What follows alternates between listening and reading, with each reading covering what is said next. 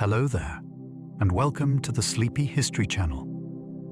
Tonight, we are stepping into the age of steam, iron, and astonishing change, a time when human life was reshaped with breathtaking speed. The Industrial Revolution was not just about machines or factories. It was about how people ate, worked, traveled, communicated, and imagined the future. In just a few generations, the world shifted from candlelight to gas lamps, from dirt roads to railways, from handmade objects to items produced by the thousands. Entire cities rose where fields once lay, and ordinary lives became tied to forces larger than any single person could see. This era is filled with ambition and wonder, but also struggle, risk, and reinvention. It is a story of creativity colliding with consequence, of new power unlocking both progress and profound questions. The echoes of this time still shape how we live today, from our workdays to our technologies to the pace of modern life itself.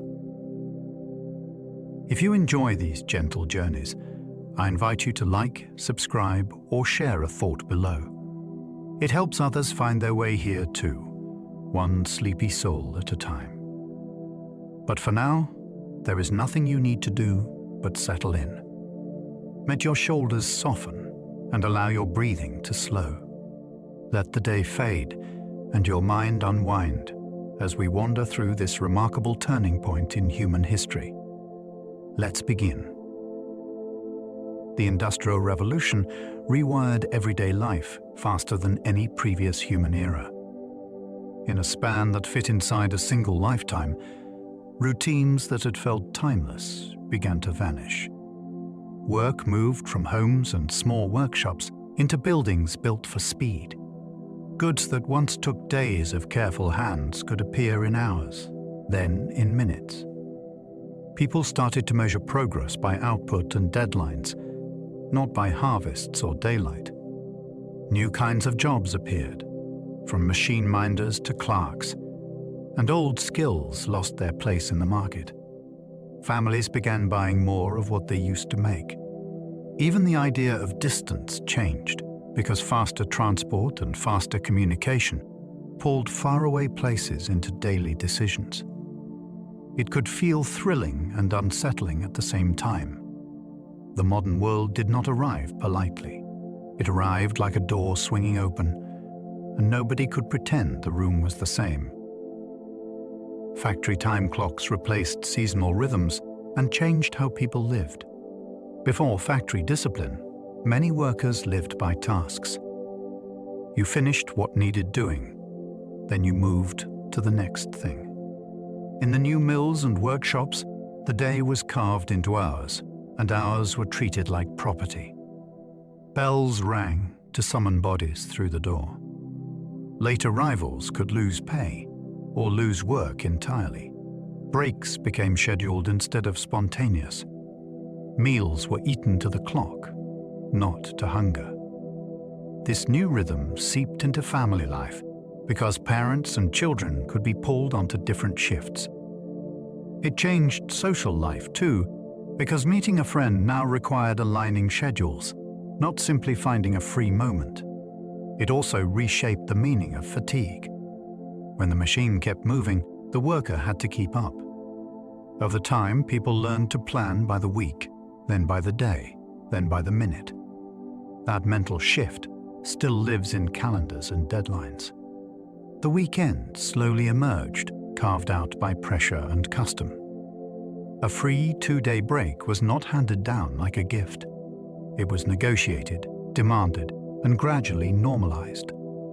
Early industrial work often swallowed 6 days, with Sundays reserved for worship and recovery. Over time, workers pushed for more breathing room, sometimes through formal bargaining, sometimes through informal habits that became hard to reverse. Saturday afternoons gained traction in some trades, especially where payday traditions and local markets made half-days practical.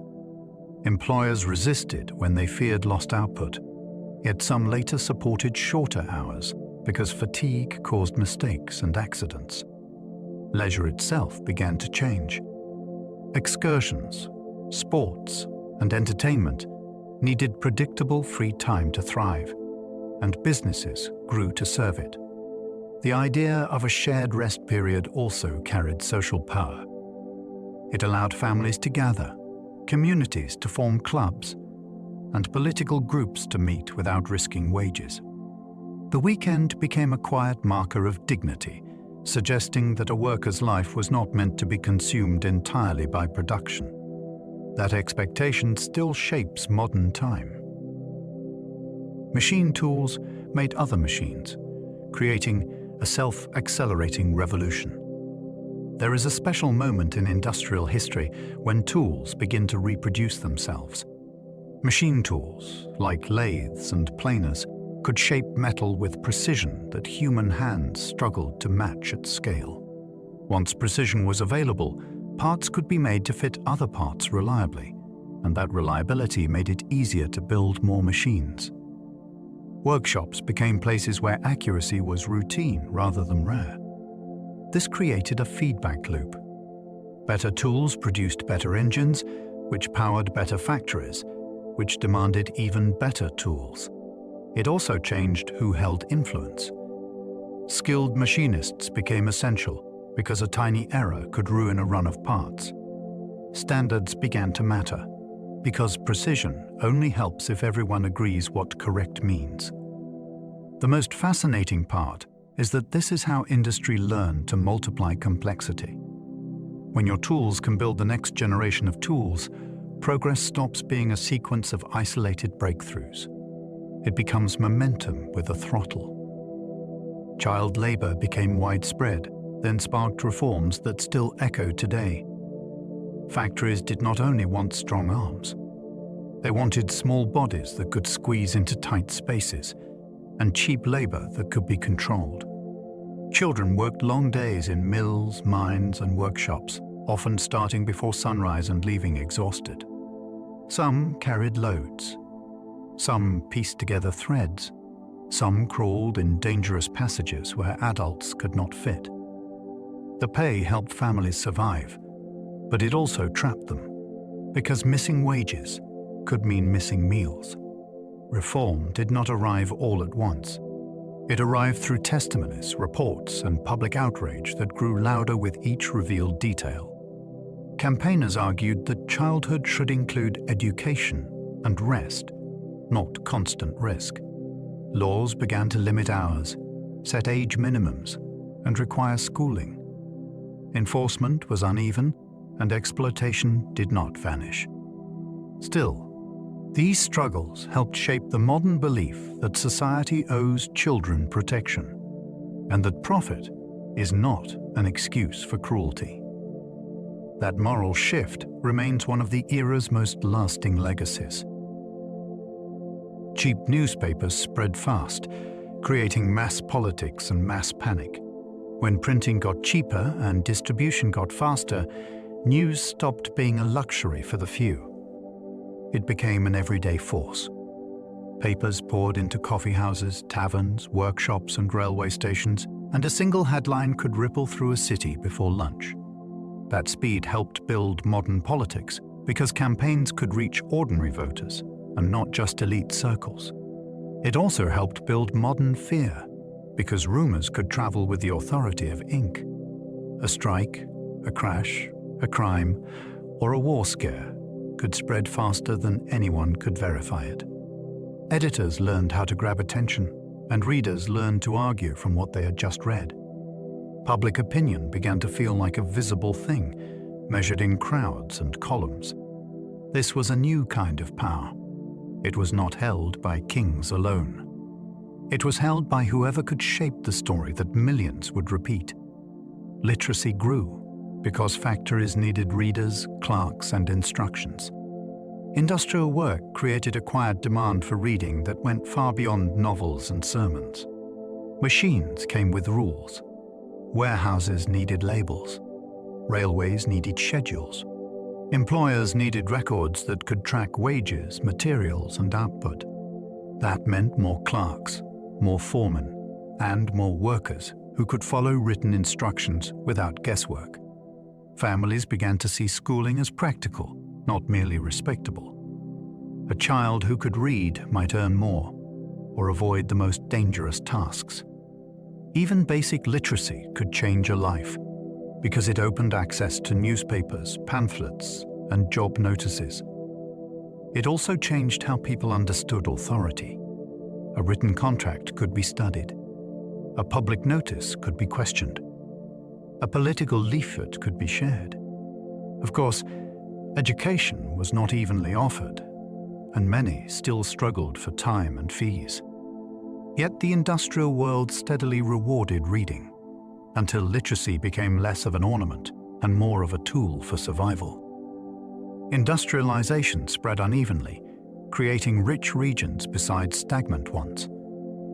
The industrial world did not rise like a tide that lifted every shore.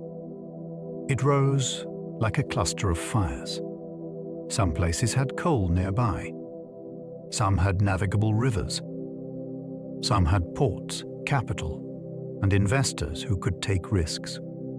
Those places could surge ahead. Others, even close by, could struggle for decades. The result was a patchwork landscape, where one town might sparkle with new buildings and steady wages, while the next remained trapped in low-paid labor and out-camera. Migration. This unevenness shaped politics because thriving regions demanded railways, banks, and influence. It shaped culture too, because booming cities attracted newcomers who brought new languages and new tensions. It also shaped resentment, because people could see prosperity nearby and still feel locked out. Industrialization created winners and losers not only among individuals, but among whole districts. That pattern still echoes today, whenever a new technology enriches one region while another waits on the margins. Time zones were built for trains, not for sunsets. Before modern transport, local time made sense. Noon was when the sun was highest where you stood, and every town could live with its own clock.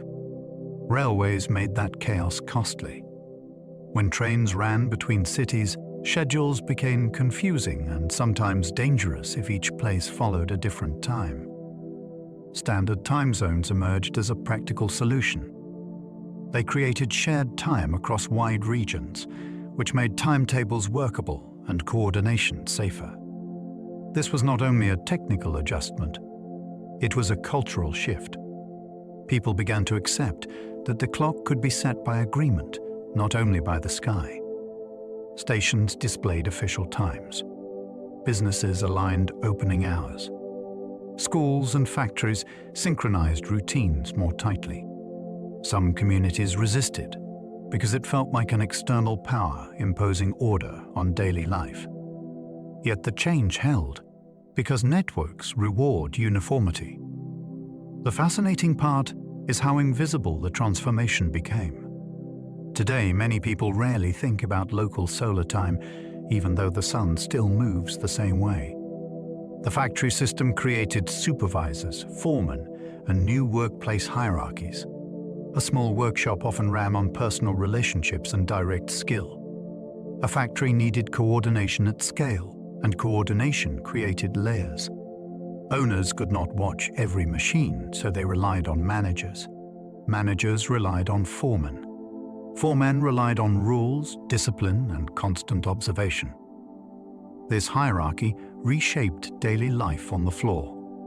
Decisions moved upward, while instructions moved downward. A worker might be judged less by craftsmanship and more by punctuality, output, and obedience. That shift changed conflict too. Instead of arguing with a master artisan, a worker might face a foreman who was also under pressure to meet quotas. These roles could create opportunities for social mobility. A worker might rise into supervision and gain steadier pay. They could also create resentment because authority became embedded in the system, not in a single personality. The factory hierarchy is one reason industrial work feels modern. It resembles today's organizations, where tasks are divided, monitored, and reported through chains of command. Gas lighting extended the workday, changing streets and sleep. When gas lights began to glow in streets and factories, night stopped being a firm boundary. Work could continue long after sunset, and shops could stay open for customers who finished late. City life gained a new rhythm. People walked home under lamps instead of darkness, which could feel safer and more alive. Yet the change had a cost. Longer hours meant more strain, especially for workers already exhausted by heat, noise, and repetitive motion. Homes were affected too, because brighter evenings encouraged reading, sewing, and social visits, while bodies still needed rest. Gasworks became major urban sites, producing fuel while also producing smells, hazards, and pollution. The sight of lit streets became a symbol of modernity, and visitors often described illuminated districts with awe. Still, the deeper shift was psychological. When light can be manufactured, time feels more controllable. The day seems longer, expectations expand, and the pressure to keep going grows quietly stronger. Industrial smoke darkened skies and began modern arguments about pollution. When coal became the heartbeat of industry, its waste became part of daily weather. Chimneys poured soot into streets, homes, and lungs. Walls blackened. Laundry turned grey. People learned the taste of smoke as a normal part of breathing. Rivers changed too, as factories dumped dyes and chemicals into water that communities still used. At first, many treated this as the smell of prosperity, proof that pay packets existed and furnaces were burning. Others saw theft, because clean air and clean water were being traded away without consent. Complaints turned into lawsuits, and local rules and early public campaigns for cleaner streets. Scientists and physicians began linking filthy air to illness, even when the mechanisms were still mysterious. The debate sounded familiar. How much damage is acceptable in exchange for growth? Who pays the price, and who collects the benefits? These questions did not start in the 20th century. They began when smoke first made daylight look dim. Cities swelled at shocking speed as millions left farms for wages. Industrial towns pulled people in like gravity. A farm could promise food, but cash was scarce and land was limited. A factory promised wages, even if the work was harsh and the air was thick. So families arrived with bundles, hopes, and very little security. Streets filled with newcomers who did not share the same village customs, which changed how communities formed. Landlords packed buildings tightly, because every room could become income. Water and waste systems lagged behind, and disease thrived in the gaps. Yet cities also offered things rural life rarely could. You could find a doctor, a school, a newspaper, and a crowd that might listen to your grievances. You could meet strangers who carried new ideas, new accents, and new politics. The city became a place where the future felt close enough to touch, and where the cost of that future was visible on every block. Electric lighting later made night feel optional, reshaping cities again. Gaslight was bright for its time, but electricity changed brightness into something sharper, cleaner, and far more flexible. Electric lights could be switched on instantly and placed almost anywhere, which freed streets from reliance on centralized gas lines and open flames. Factories could illuminate large interiors more evenly, making late shifts more practical and expanding the possibility of around-the-clock production. Cities responded by stretching their active hours. Theaters, restaurants, and transit systems could serve crowds later into the night, and nightlife became a larger part of urban identity. Electricity also altered safety in new ways, reducing fire risks from gas, while introducing new dangers from wiring and shocks.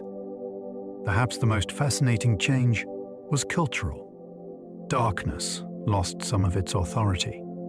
People began to expect visibility as a service, something that could be purchased and planned. That expectation carries forward today, in glowing skylines and screens that follow us into bed. Electric light did not only brighten rooms. It helped teach society that night could be managed and that sleep could be delayed. Urban sewage crises forced engineering, birthing modern public sanitation. When cities grew faster than their pipes and streets, waste became a crisis that nobody could ignore. In crowded districts, cesspits overflowed, drains clogged, and streets carried filth that seeped into basements and courtyards. The smell was only the most obvious problem. Contamination threatened water supplies, and outbreaks of illness followed patterns that seemed cruelly predictable. At first, many leaders treated sanitation as a private matter, something households should handle on their own.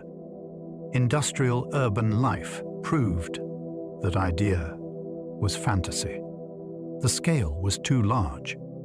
The solution required engineering, planning, and public funding, which meant politics had to change alongside infrastructure. Cities began building sewer networks, pumping stations, and treatment approaches that moved waste away from homes and into managed systems. These projects were expensive and disruptive, yet they transformed health and livability. They also created a new expectation. Clean streets and functioning drains became a public responsibility, not a personal luxury. Modern sanitation was born from a simple realization. A city cannot thrive if it cannot manage what it produces. Cholera outbreaks mapped cities, helping epidemiology become a serious science. Cholera terrified industrial cities because it struck fast and seemed to choose victims at random.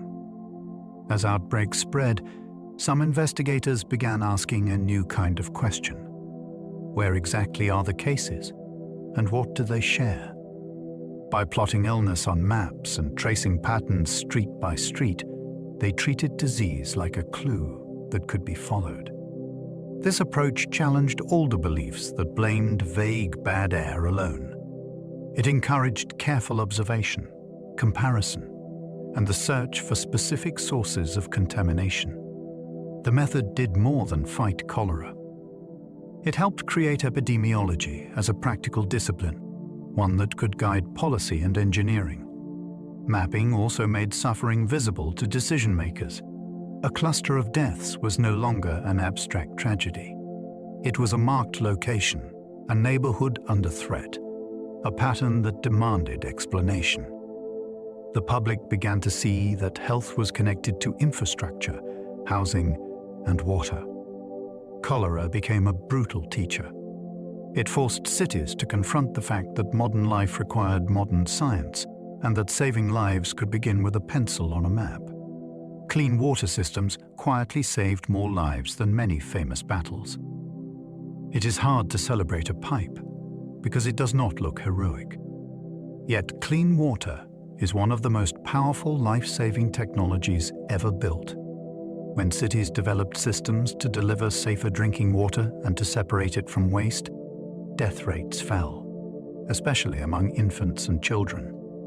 Families who once expected frequent sickness began to experience something astonishing, which was ordinary survival. The change was not instant, and it did not arrive everywhere at once. It required reservoirs, filtration, protected intakes, and constant maintenance. It also required trust, because people had to believe that water from a tap could be safer than water from a familiar local source. Clean water systems shaped daily habits, from cooking to washing to caring for the sick. They supported industrial growth too, since a healthier workforce is a more reliable workforce. The most striking part is how invisible this victory became. Streets full of funerals are memorable. A generation that does not die is easy to overlook. Clean water achieved that kind of quiet miracle. The telegraph made messages travel faster than any person could move.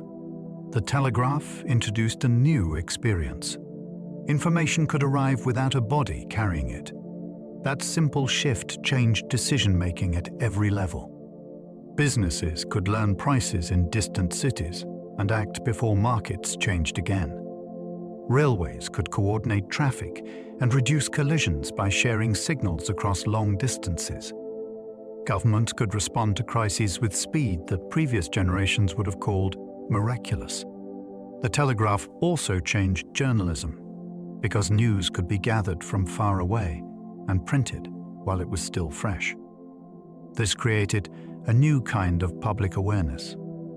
People began to feel that events in distant places mattered now, not months later. The system required infrastructure, including wires, poles, and skilled operators who translated clicks into words. It was not perfect. Lines failed and messages could be misunderstood. Still, it rewired expectations. Once people tasted near-instant communication, waiting for letters began to feel like living in slow motion. Department stores emerged, turning shopping into spectacle and social life. A department store was more than a place to buy things. It was a new kind of public space, built around wonder. Under one roof, shoppers could move from textiles to furniture to perfumes, and each section was designed to invite lingering. Fixed prices reduced haggling, which made shopping feel easier and more predictable. Window displays turned streets into stages, and seasonal decorations trained people to connect purchases with celebration. For many women, especially in cities, these stores became socially acceptable places to spend time outside the home. They offered restrooms, cafes, and bright interiors that felt safe and modern. This changed how consumption worked. Buying became an experience, not merely a transaction. It also changed labor, because stores needed clerks, stockrooms, and delivery systems that ran like small factories. The department store helped create the modern consumer, someone who browses for possibility as much as for necessity. It taught cities a new pastime, and it quietly taught businesses how to shape desire through space. Advertising learned to persuade at scale, shaping desire as an industry. Once factories could flood markets with goods, the challenge shifted from making products to selling them. Advertising rose to meet that challenge, and it became a craft of influence. Posters, newspaper ads, and later billboards did more than announce availability. They promised status, comfort, modernity, and belonging. A brand name began to matter because it offered a shortcut to trust in a world crowded with choices. Advertisers learned to use repetition, slogans, and recognizable imagery so that a product could live in your mind before it entered your home. This changed culture because shared ads created shared references. People joked about them, argued about them, and compared themselves through what they bought. Advertising also changed business strategy. Companies invested in consistency so that customers would recognize a label across cities and across years. The fascinating part is that persuasion became scalable, almost like manufacturing itself. Desire could be produced and distributed, not only goods. In the industrial age, marketing did not merely follow commerce. It helped steer it. Canals first moved heavy freight cheaply, before rails took over. Before locomotives thundered across the countryside, canals were the quiet giants of industrial transport. Water can carry weight with surprising ease, which meant barges could move coal, stone, timber, and iron at costs roads struggled to match. A canal turned geography into a kind of conveyor belt. Towns with a connection could suddenly compete in wider markets, while places left out could feel stranded. Building canals demanded ambition and engineering, with locks stepping boats up and down hills, and aqueducts carrying water across valleys. Canals also created new rhythms of work. Goods traveled steadily, guided by schedules and crews who lived with the slow patience of the waterway. They were not glamorous, but they were transformative. Many early factories depended on them for fuel and raw materials, and the profits from canal trade helped finance later ventures. Railways may have stolen the spotlight, but canals laid much of the groundwork. Railways shrank nations, making travel and trade feel almost magical. A train could do something that earlier transport struggled to promise. It could move heavy loads quickly, predictably, and in all seasons. That dependability rewrote commerce. A manufacturer could send goods to distant buyers on a known schedule. A farmer could reach a city market before produce spoiled. Newspapers could travel farther while the stories were still fresh. People began taking trips that once seemed unthinkable, not because they were brave, but because tickets existed. Timetables trained travelers to expect the same precision from life. Railway stations became new gateways where crowds mixed, money changed hands, and local time began to surrender to network time. Even landscapes changed, because tracks demanded cuttings, tunnels, embankments, and bridges. The railway also carried culture. Songs, fashions, and political movements moved faster when bodies could follow them. Distance did not disappear. It simply stopped being a barrier that felt absolute. Steam power turned coal into motion, and motion into mass production. The steam engine made heat behave like a workforce you could command. Coal became more than a fuel for warmth. It became stored energy that could be released on demand, day after day, in any weather. That reliability mattered. A water wheel depended on a river's mood. Steam depended on a fire you could feed. Once machines no longer had to wait for wind or flowing water, factories could be built closer to ports, markets, and labor. Power could be concentrated, then multiplied through belts, shafts, and gears. A single engine could drive many different tasks, turning a building into a coordinated system instead of a collection of separate crafts. This was not only a technical shift, it changed bargaining power, because the owner of the engine controlled the pace. It also changed ambition, because output could rise far beyond what muscles alone could sustain. Spinning and weaving exploded first, making cloth suddenly cheaper than ever. Textiles were the perfect first target for industrial change, because everyone needed fabric, and the steps could be separated and sped up. When thread became easier to produce, weaving had to accelerate to match it. When weaving accelerated, demand for raw fiber surged. That chain reaction pulled in merchants, inventors, and investors, all chasing a market that never slept. Cloth began to move through a new kind of pipeline, from bales of fiber to finished bolts ready for sale. As costs fell, people could own more than one set of clothes. Households could replace worn garments instead of endlessly patching them. Uniforms for sailors, workers, and students became more practical because supply was steadier. This cheapness also had a sharper edge. It encouraged global sourcing of cotton and dyes, and it pushed older spinners and weavers into poverty when their careful pace could not compete. A simple shirt became a symbol of a new world. Iron and steel scaled up, letting bridges and buildings leap bigger. For centuries, builders relied on wood, stone, and small amounts of wrought iron. Those materials could be strong, but they had limits. Industrial methods pushed those limits outward. Better furnaces and better processing made metal more available, then more predictable. Once metal could be produced in large quantities, engineers could attempt structures that would have looked reckless before. Long spans became realistic. Taller frames became plausible. Factories themselves evolved because wide interiors allowed rows of machines to sit under one roof without forest-like columns. Metal also transformed transport and tools. Stronger rails endured heavier trains. More reliable parts reduced breakdowns. This shift was not just about size. It was about trust. When you can calculate how a beam will behave, you can design with confidence instead of tradition.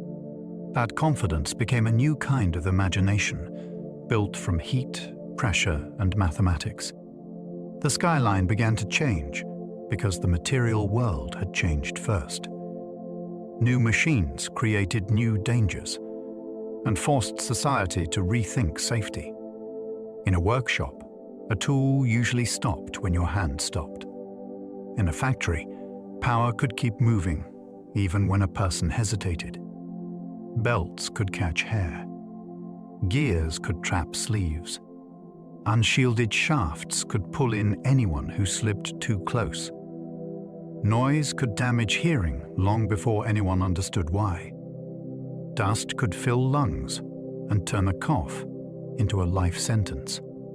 Injuries that once happened rarely could happen daily because the pace was relentless and the workforce was large.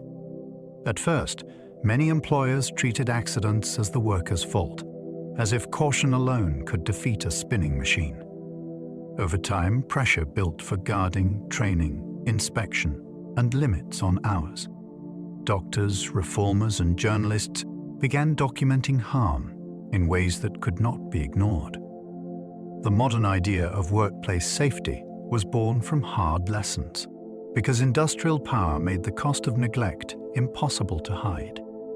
Early textile mills often used water wheels long before steam dominated. If you picture the first great mills, it helps to imagine rivers as engines.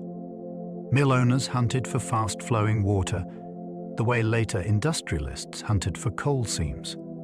Whole buildings were positioned to capture a current, and then the turning of a wheel was carried inside through shafts and belts. Work followed the river's temperament. A dry season could slow production. A winter freeze could stall it entirely. Yet water power had a hidden advantage. It created some of the earliest factory landscapes in valleys and along streams, not only in smoky city centers. It also pushed builders to think bigger, because a wheel could drive many machines at once if the layout was planned. Even before steam took over, the factory system was already learning how to organize power, space, and people into one coordinated rhythm. Cotton demand tied factories to slavery, linking machines to human bondage. A spinning frame in a mill might look like a triumph of ingenuity, but its hunger for fiber reached across oceans. As British and European textile output surged, raw cotton became the fuel that kept looms busy. In the United States, that demand accelerated the expansion of plantation slavery, especially after the cotton gin made cleaning cotton far faster. More bales meant more forced labor, more land seizures, and more violence used to maintain control. Industrial wealth and human suffering became entangled through shipping routes, credit networks, and insurance policies that treated people as assets. Cloth traveled back across the Atlantic as finished goods, while profits flowed into banks and ports that appeared far from the fields where the cotton grew. It is one of history's sharpest reminders that technology can amplify cruelty when markets reward the cheapest possible supply, no matter the human cost. The flying shuttle made weaving quicker and pushed spinning to catch up. One clever change can tip an entire economy off balance. The flying shuttle let a weaver send a shuttle across the loom with a quick motion, which meant cloth could be woven faster and often wider. Suddenly, weaving no longer waited patiently for thread. It devoured it. That created a new problem. Spinners could not supply yarn fast enough, so prices rose and shortages appeared. Inventors responded not because they loved machines, but because the market was shouting. The race to increase spinning output helped drive the surge of inventions that followed, from multi-spindle devices to water-powered frames.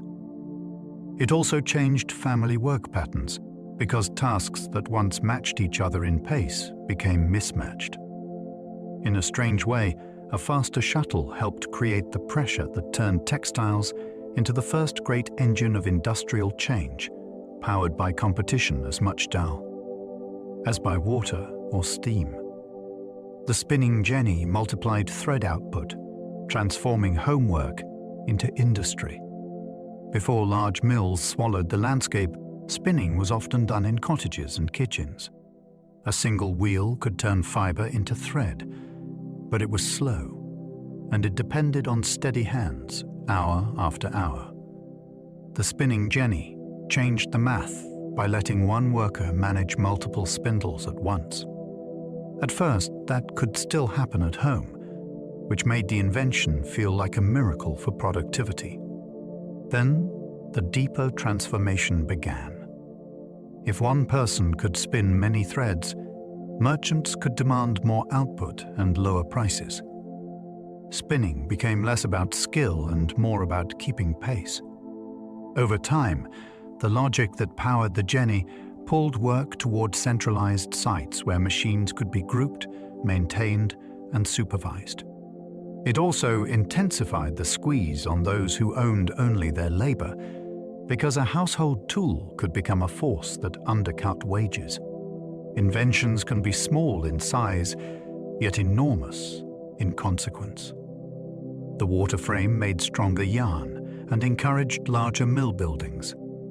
Strength matters in thread, because weak yarn snaps under tension. The water frame produced a tougher yarn that worked well for warp threads, which faced the stress of being held tight on a loom. That improvement had a practical effect on cloth quality, but it also had a social effect on where work happened.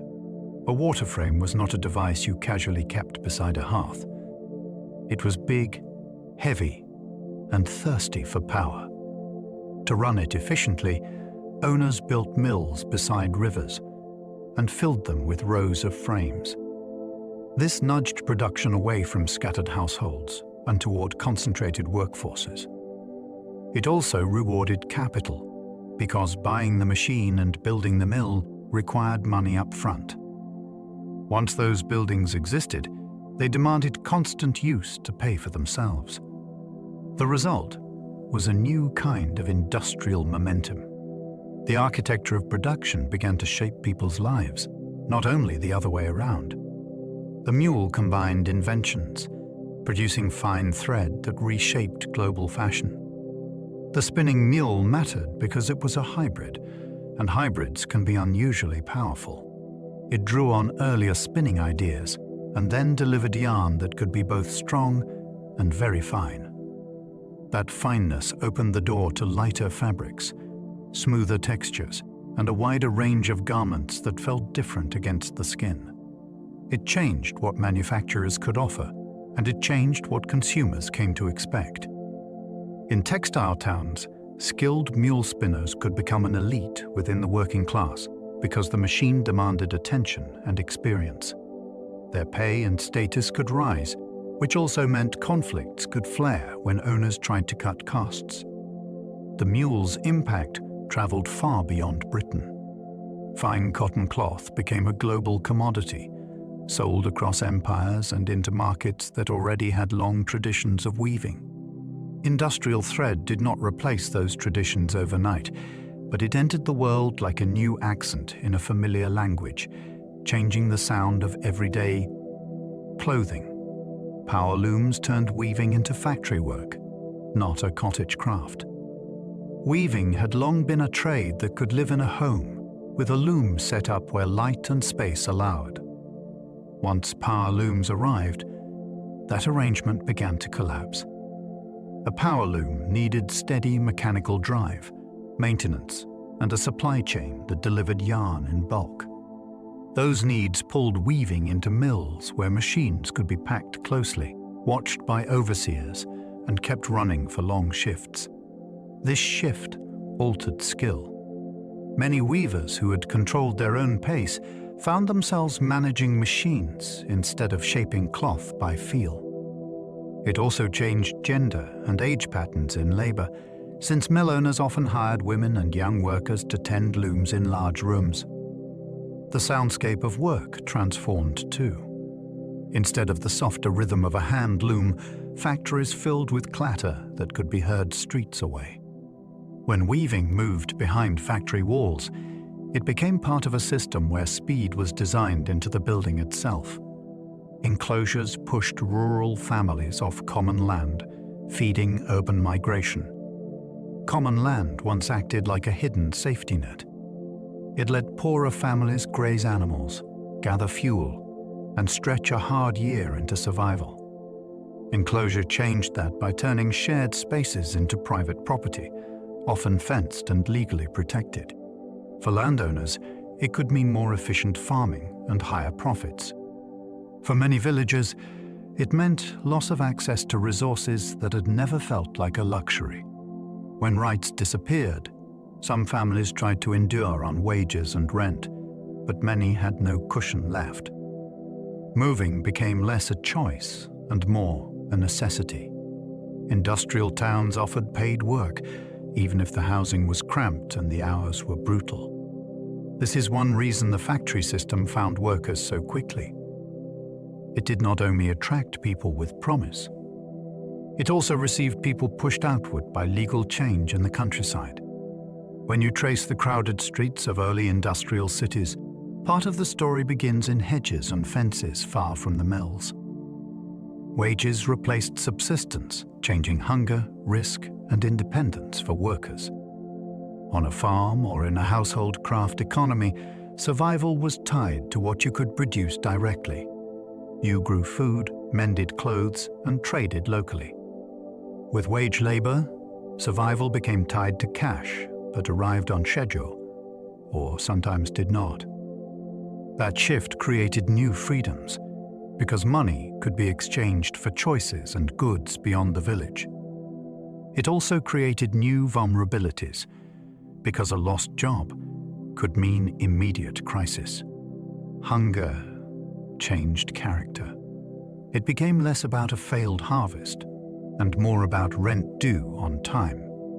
Risk changed character too. Injury or illness could interrupt wages, and that could ripple through a whole family. Independence changed in both directions. A worker might feel less bound to land and tradition, yet more bound to an employer's decisions and a market's swings.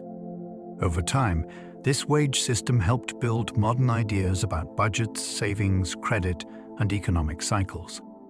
It also built the pressure for mutual aid societies and unions, because people learned that money-based survival could be frighteningly fragile. Piecework pay made speed valuable, and sometimes crushed quality and health.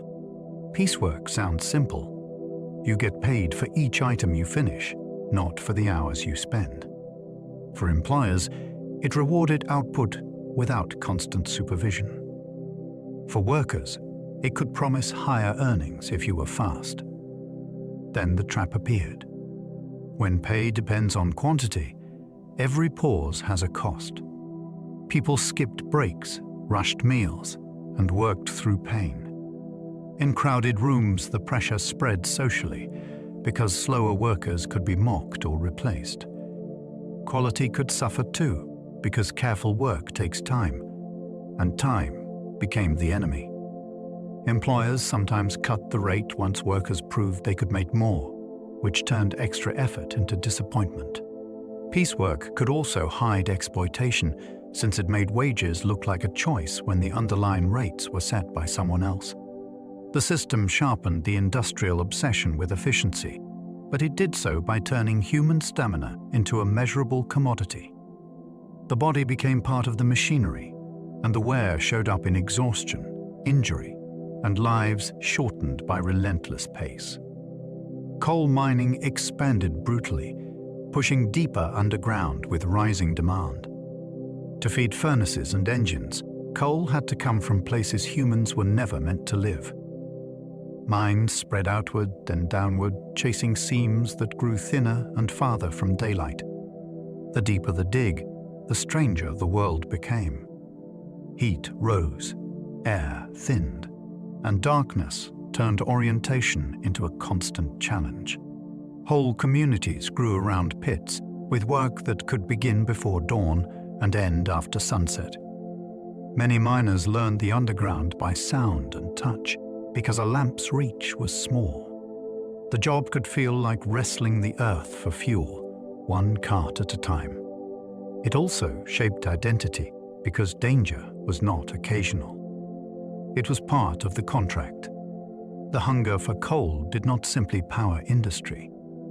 It created a labor landscape where courage, necessity, and exhaustion met every day beneath the surface. New pumps drained mines, letting people dig where water once won. Water was one of the mine's most stubborn enemies. As shafts went deeper, groundwater could flood passages faster than buckets could remove it.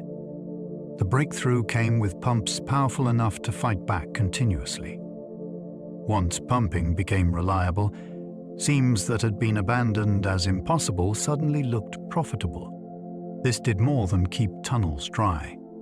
It changed where mining could happen, because regions once dismissed for wet ground became viable. It also changed planning. Owners could invest in deeper shafts with the confidence that water could be managed, at least most of the time. Yet every victory over flooding carried a price. Pumps needed fuel and maintenance, and breakdowns could turn a working mine into a trap. In a way, the pump became a second heartbeat underground. When it ran, the mine lived. When it stopped, the mine reminded everyone that nature still had the final vote. Coke replaced charcoal in iron making, saving forests and boosting output. For a long time, iron depended on trees. Charcoal required enormous amounts of wood, and growing demand for iron could strip landscapes bare. Coke changed that relationship. Made from coal, it burned hotter and more consistently in large furnaces, and it did not demand a forest for every surge in production. This shift mattered for industry, but it also mattered for the land. Areas under pressure from charcoal making could recover, while coal regions gained new importance. Ironmakers could scale up without chasing timber farther and farther away. That steadier fuel supply helped iron become less of a rare material and more of a foundation for everyday tools, rails, and machinery. It is an example of an industrial trade-off that feels almost like alchemy. A black rock took the place of living wood, and the balance of power moved from woodland to coalfield. The blast furnace grew hotter and larger, producing iron at scale. Imagine a structure that eats raw materials and breathes fire day and night for months at a time. The blast furnace became that kind of machine.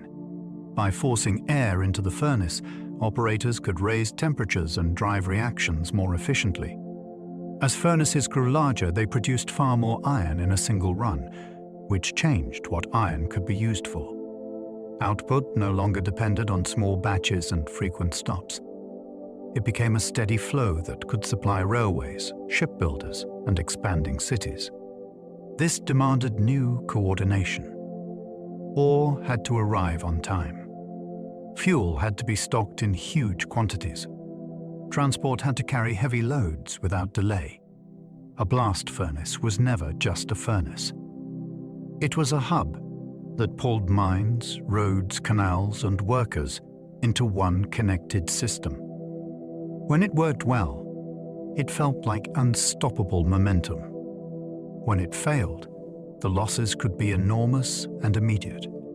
Puddling and rolling improved iron, turning it into reliable structural material. Even when iron was plentiful, it was not always trustworthy. Impurities could make it brittle, and inconsistent texture could ruin large projects. Puddling changed that by refining molten pig iron through a labor-intensive process that helped remove carbon and unwanted elements. Then, rolling mills shaped the refined metal into bars and plates with more predictable strength. This was a quiet kind of revolution. It did not arrive with a dramatic new engine. It arrived with better control over quality. Once builders could count on iron behaving the way the calculations said it would, they could design with confidence. That confidence opened doors. Longer spans, sturdier frames, and heavier machines all became more realistic when the material stopped being a gamble. It also shifted labor, because these processes demanded skilled workers who understood heat, timing, and the feel of metal in motion. Better iron did not only change structures, it changed what engineers dared to imagine. Early steel remained expensive, which limited what builders could attempt. Steel could be stronger and more flexible than iron, but for a long time, it was a luxury. Producing it in quantity was difficult, and each batch could be unpredictable. That price kept steel from becoming the default choice for large structures. Builders often stayed with iron, wood, and stone because budgets and supply could not support widespread steel use. The result was a world where ambition had to compromise. Some ideas could exist on paper, but not in bricks and beams. When steel did appear, it often went to high-value needs like cutting tools, springs, and specialized components where performance mattered enough to justify the cost. This scarcity also shaped innovation because inventors had a clear target. If someone could make steel cheaper and steadier, they would unlock new markets overnight. The frustration of expensive steel became a kind of pressure cooker for metallurgy. Limits can be powerful motivators, especially when everyone can see what might be possible on the other side. Bessemer steel slashed costs, opening the age of cheap, strong metal. A single process can tilt an entire era. By blowing air through molten iron, the Bessemer method removed excess carbon quickly, which made steel production faster and far cheaper than before. Suddenly, steel was not only for tools and luxury applications. It could be used for rails, beams, and the skeletons of large machines. That availability changed the pace of building because stronger metal meant longer-lasting infrastructure and fewer constraints on weight. It also reshaped competition, since companies that adopted the process could outproduce rivals and undercut prices.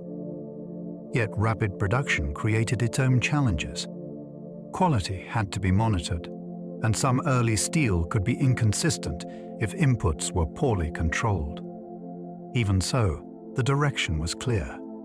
When strong metal became affordable, engineers began to think in spans, heights, and loads that would have seemed impractical only years earlier. The modern industrial landscape needed cheap steel, and now it could finally get it.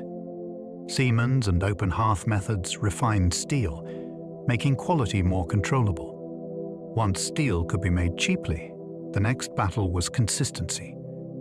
The open hearth approach, linked with Siemens-style regenerative heating, allowed steelmakers to work more slowly and deliberately. That slower pace was not a weakness. It was a form of control. Operators could adjust composition, remove impurities more carefully, and produce large batches with predictable properties. This mattered for industries where failure could be catastrophic. Bridges, ships, and heavy machinery needed metal that behaved reliably under stress.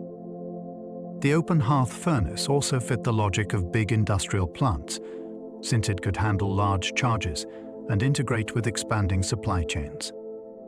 It is easy to focus on dramatic inventions, but this was a different kind of progress. It was patience turned into power. By making quality something that could be managed rather than hoped for, steel stopped being a gamble and became a dependable foundation for modern engineering. Interchangeable parts promised repairs by replacement, not by artisan skill. For much of history, objects were unique in the details. A lock was matched to its key, and a mechanism was fitted by the person who made it. Interchangeable parts offered a different dream. If components were made to a consistent standard, a broken piece could be swapped out quickly, even by someone who did not craft the original item. That idea seems ordinary now, but it was revolutionary then. It reshaped military supply, because armies could maintain equipment far from the workshop where it was built. It reshaped consumer expectations, because buyers began to want products that could be serviced rather than replaced entirely. It also reshaped manufacturing discipline, because achieving interchangeability demanded careful measurement, controlled processes, and inspection. The promise was speed, scale, and predictability. The cost was that craft knowledge could be devalued, since the system aimed to reduce reliance on individual mastery. In exchange, society gained a world where complex objects could spread widely because maintenance became simpler and more reliable. The screw-cutting lathe helped standardize threads, making fittings dependable. Before this kind of precision, a screw could be a one-of-one object. If it loosened or broke, you often needed the same maker to recreate it by hand. With a screw-cutting lathe, threads could be produced with consistent spacing and shape, again and again. That consistency turned fastening from a gamble into a system. Machines could be assembled with parts that truly matched.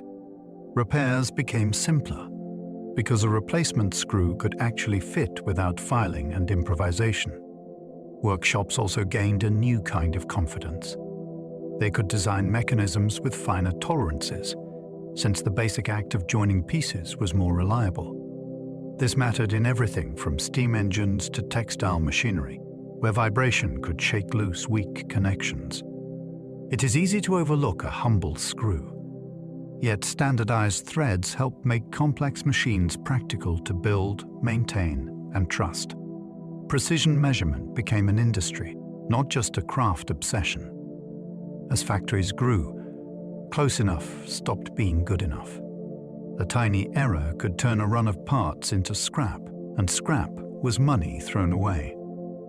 So measurement tools became more than personal treasures of master craftsmen. They became products, standardized and sold, with reputations built on accuracy. Calipers, gauges, and reference standards spread through workshops, teaching workers to think in fine increments and repeatable results. This changed training. A new worker could learn procedures that produced consistent parts, even without decades of intuition. It also changed management, because output could be checked, compared, and controlled with numbers rather than arguments. Precision measurement fed innovation too. When engineers could trust dimensions, they could plan machines on paper, then expect reality to follow. In a sense, industry learned to see, not with eyes alone, but with instruments that made tiny differences visible and actionable. Standard gauges reduced chaos, helping railways and factories work together. Early industrial growth could be surprisingly messy. Different companies used different sizes, different fittings, and different expectations, which made cooperation painful. Standard gauges began to tame that chaos by setting shared dimensions that many groups could follow. In railways, gauge decisions shaped where trains could travel without stopping to change cars or cargo.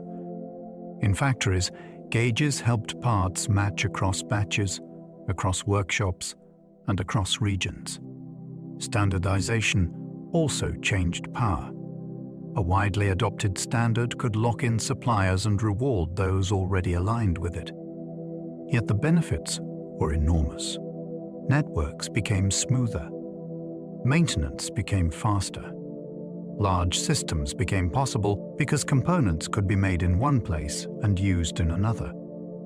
It is one of the hidden reasons industrial society scaled so quickly. When people agree on the size of things, they can build bigger things together.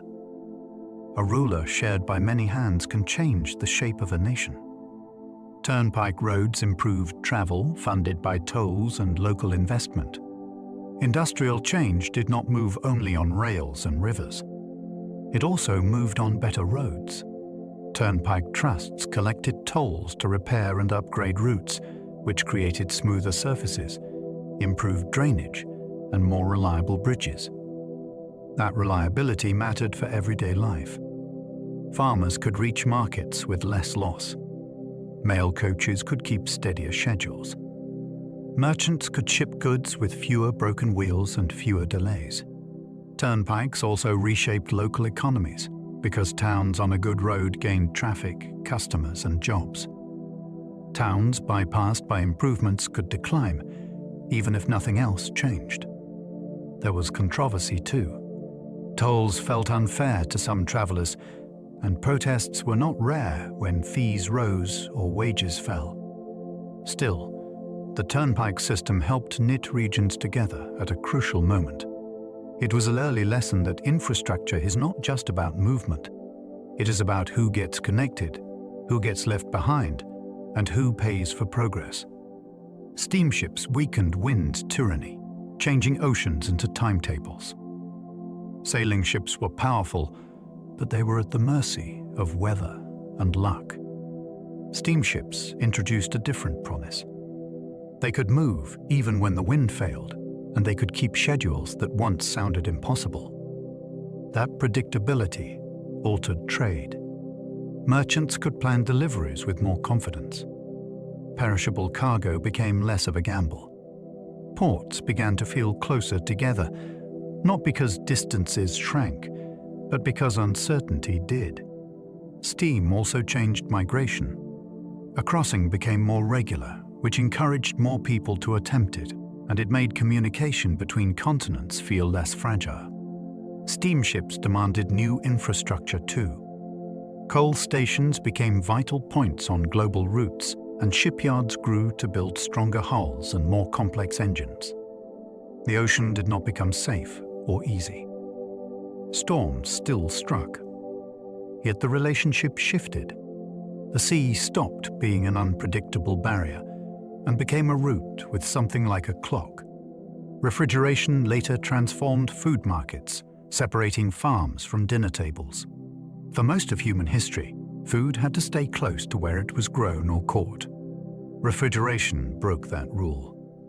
With cooled storage and cooled transport, meat, dairy, and produce could travel farther without spoiling.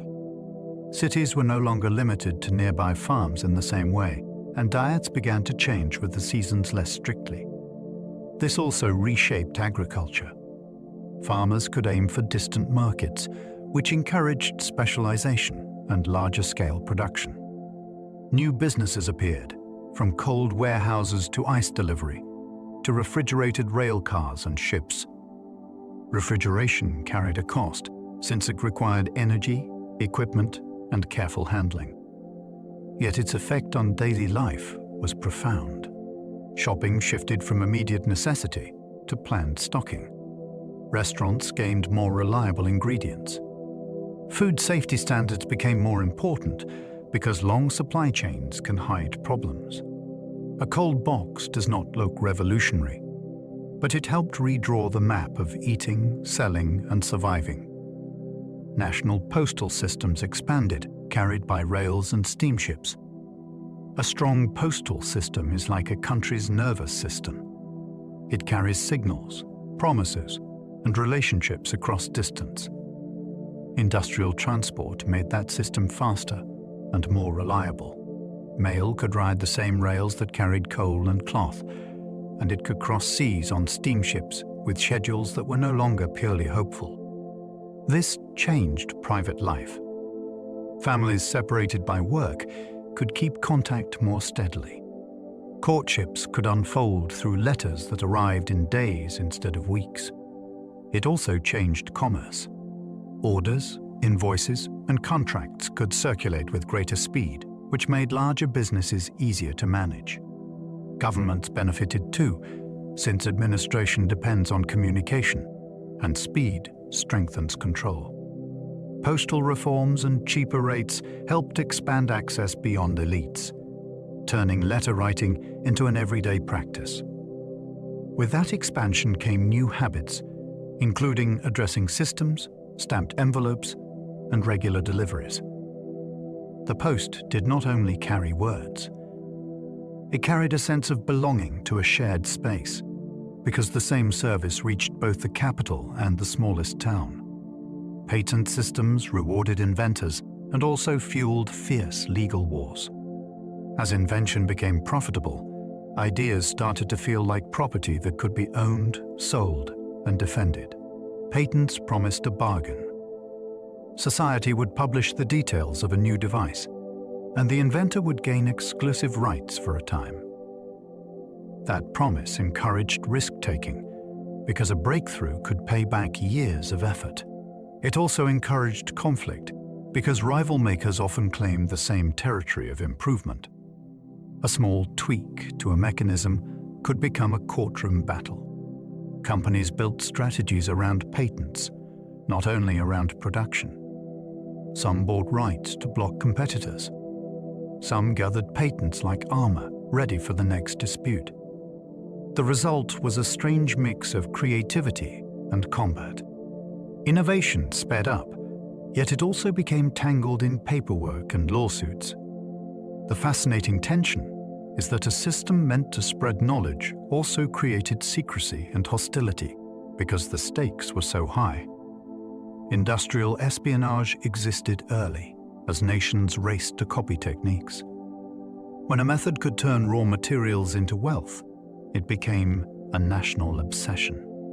Governments and businesses wanted the secrets of fast spinning, improved metallurgy, and better engines, and they were not always willing to wait for open jar.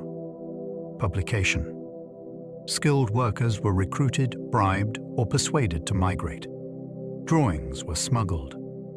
Memory became a weapon, because an experienced craftsperson could carry an entire process in their head. Some countries sent agents to study factories under the disguise of tourists, students, or merchants. Others lured experts with higher wages and safer lives. The chase created suspicion in industrial centers, where owners feared losing their advantage overnight. It also spread technology across borders, because copying is a shortcut to catching up. In a way, espionage helped industrialization become a global story rather than a local miracle. The same competitive hunger that built factories also built secret networks, and it made knowledge feel as valuable as gold. Britain guarded textile know-how, treating skilled workers like state assets. Textiles were a cornerstone of Britain's early industrial wealth, so expertise in spinning and weaving was not seen as merely personal. It was seen as strategic. Laws and customs tried to stop advanced machinery from being exported, and they tried to keep highly skilled workers from leaving. A trained mechanic who understood mill systems could be viewed almost like a military resource. The reasoning was simple. If rivals learned the techniques, Britain could lose markets and power. That meant pressure on inventors and on workers, and it meant factories became places where secrecy mattered. At the same time, the world was changing too quickly to hold still. People still migrated. Ideas still leaked. Machines were copied and improved abroad. The attempt to guard knowledge shows how industrialization blurred the line between economy and national security. It also shows how unusual the new era was. When a loom design can shape an empire, the person who knows how to build it suddenly matters in a new way. Belgium industrialized early, using coal and dense waterways for power. Belgium's geography offered a rare combination that early industry loved. Coal deposits could feed furnaces and engines, and a web of rivers and canals could move heavy freight efficiently. That meant factories could be supplied and products could be shipped without relying on slow, costly roads. Belgian regions became known for coal mining, ironworking, and textiles, and they plugged into nearby markets with speed. Its position between larger powers also mattered. Trade routes and political pressure encouraged investment in infrastructure, and a compact landscape made coordination easier. The country became a striking example of how industry could flourish outside Britain when conditions lined up. Belgian industrial districts became loud with work and crowded with workers, and they helped spread the idea that industrialization was not a single national miracle. It was a process that could be replicated. With fuel, transport, and capital, a small country could play an outsized role in the new economic order. Germany's later surge leaned on chemistry, steel, and organized research.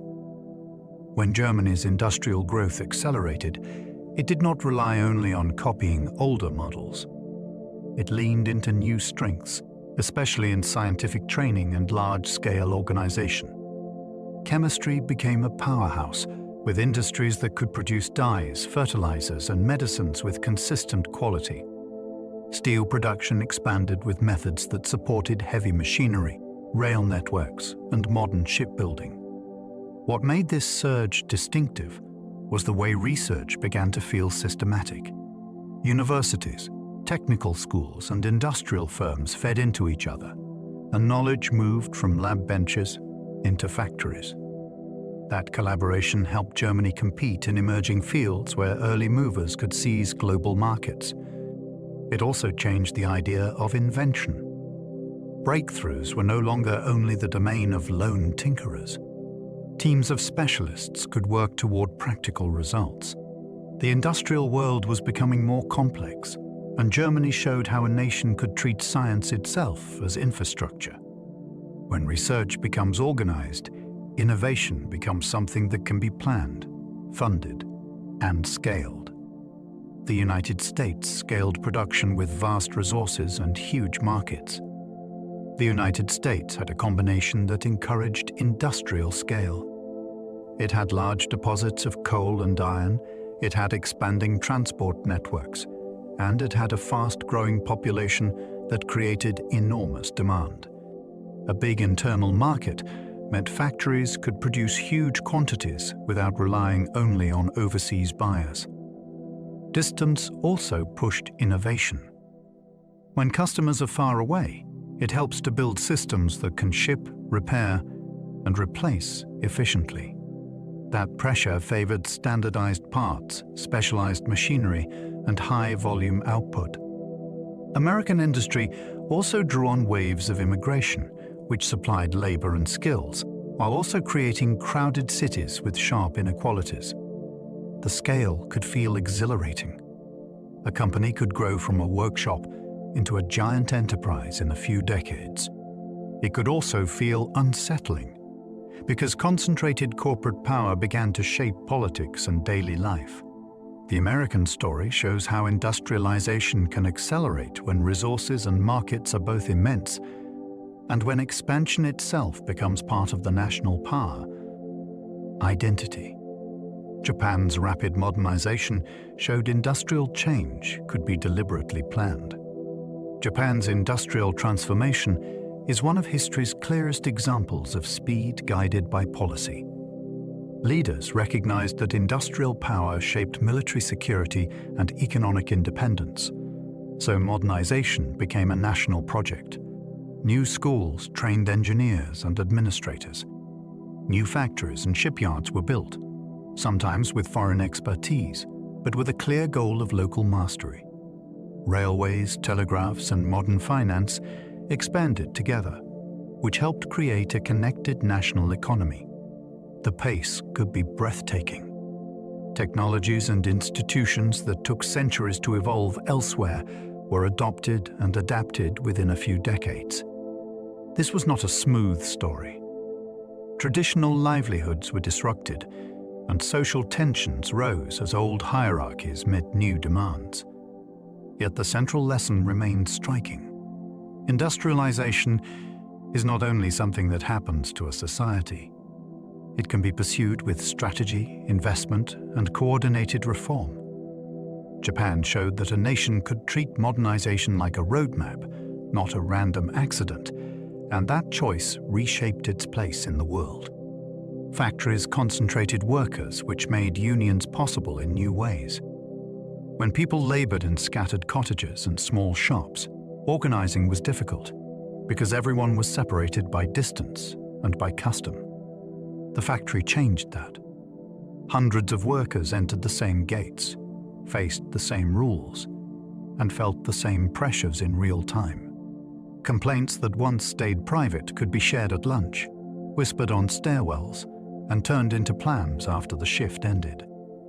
A single pay cut or a single unsafe practice could suddenly affect a whole neighborhood, because one mill might employ an entire street. That shared experience helped workers recognize common interests, even when their jobs differed. Unions grew from this new closeness, offering collective bargaining where an individual voice could be ignored. They also built mutual aid, helping families survive strikes, injury, and unemployment. Concentration created leverage. It also created risk, because employers could blacklist, intimidate, and divide. Still, the factory gathered people into a force that could learn to speak together. Luddite attacks targeted machines, but really protested collapsing livelihoods. It is easy to imagine the Luddites as people who hated progress. The reality is more human and more desperate. Skilled textile workers watched their wages fall as new machines allowed cheaper labor to do work that once required years of training. A loom was not just wood and iron. It was a threat to rent, food, and pride. When protests failed, some turned to nighttime raids, smashing frames and sending warnings to owners. These actions were dramatic, but they were also political, because they demanded limits on how technology was used and who benefited from it. Many Luddites were not against machinery in principle. They were against being discarded by it. The story reveals an early truth about industrial change. Innovation can feel like liberation to investors, yet feel like eviction to workers. When a livelihood collapses quickly, people do not argue in abstractions. They fight for survival, and sometimes they fight in the dark. Chartism demanded political voice, linking labor conditions to voting rights. After long hours and low pay, many workers reached a stark conclusion. If laws shaped their lives, then they needed power over those laws. Chartism emerged from that insight, calling for reforms that would make representation more democratic and more accountable. Meetings filled halls. Petitions gathered huge numbers of signatures. The movement argued that political rights were not a luxury reserved for property owners. They were a shield against exploitation. Better wages, safer workplaces, and fairer treatment could not be secured reliably without a vote that mattered. Chartism also showed how industrial society created new kinds of mass politics. Railways and cheap print helped ideas travel, and densely packed cities made gatherings easier. The movement faced fierce resistance. Leaders were arrested, and demands were rejected, again and again. Yet its influence endured, because it trained people to think of citizenship as something earned by contribution, not inherited by wealth. It tied everyday hardship to the structure of government, and that connection changed history. Vaccination campaigns grew easier with factories producing glass, needles, and syringes. Public health does not spread on good intentions alone. It spreads on supply chains. As industrial production expanded, it became possible to manufacture glass vials in huge numbers and to make needles and syringes that were more consistent and more widely available. That meant a vaccine could travel farther, be stored more reliably, and be delivered with equipment that did not depend on a local craftsperson. Campaigns could be planned like logistics. Clinics could be stocked. Trains and ships could carry medical supplies on schedules that held. This also changed trust. When people saw standardized packaging and predictable procedures, vaccination could feel less like an experiment and more like a service. The scale mattered in emergencies, because speed can save lives when outbreaks move quickly. Industrial capacity did not invent vaccination, but it helped vaccination reach people who would otherwise be left behind. And it turned protection into critique, something that could be organized for whole populations. Industrial food could be cheap, yet often dangerously adulterated. As cities filled and appetites grew, the food trade became a high-speed business.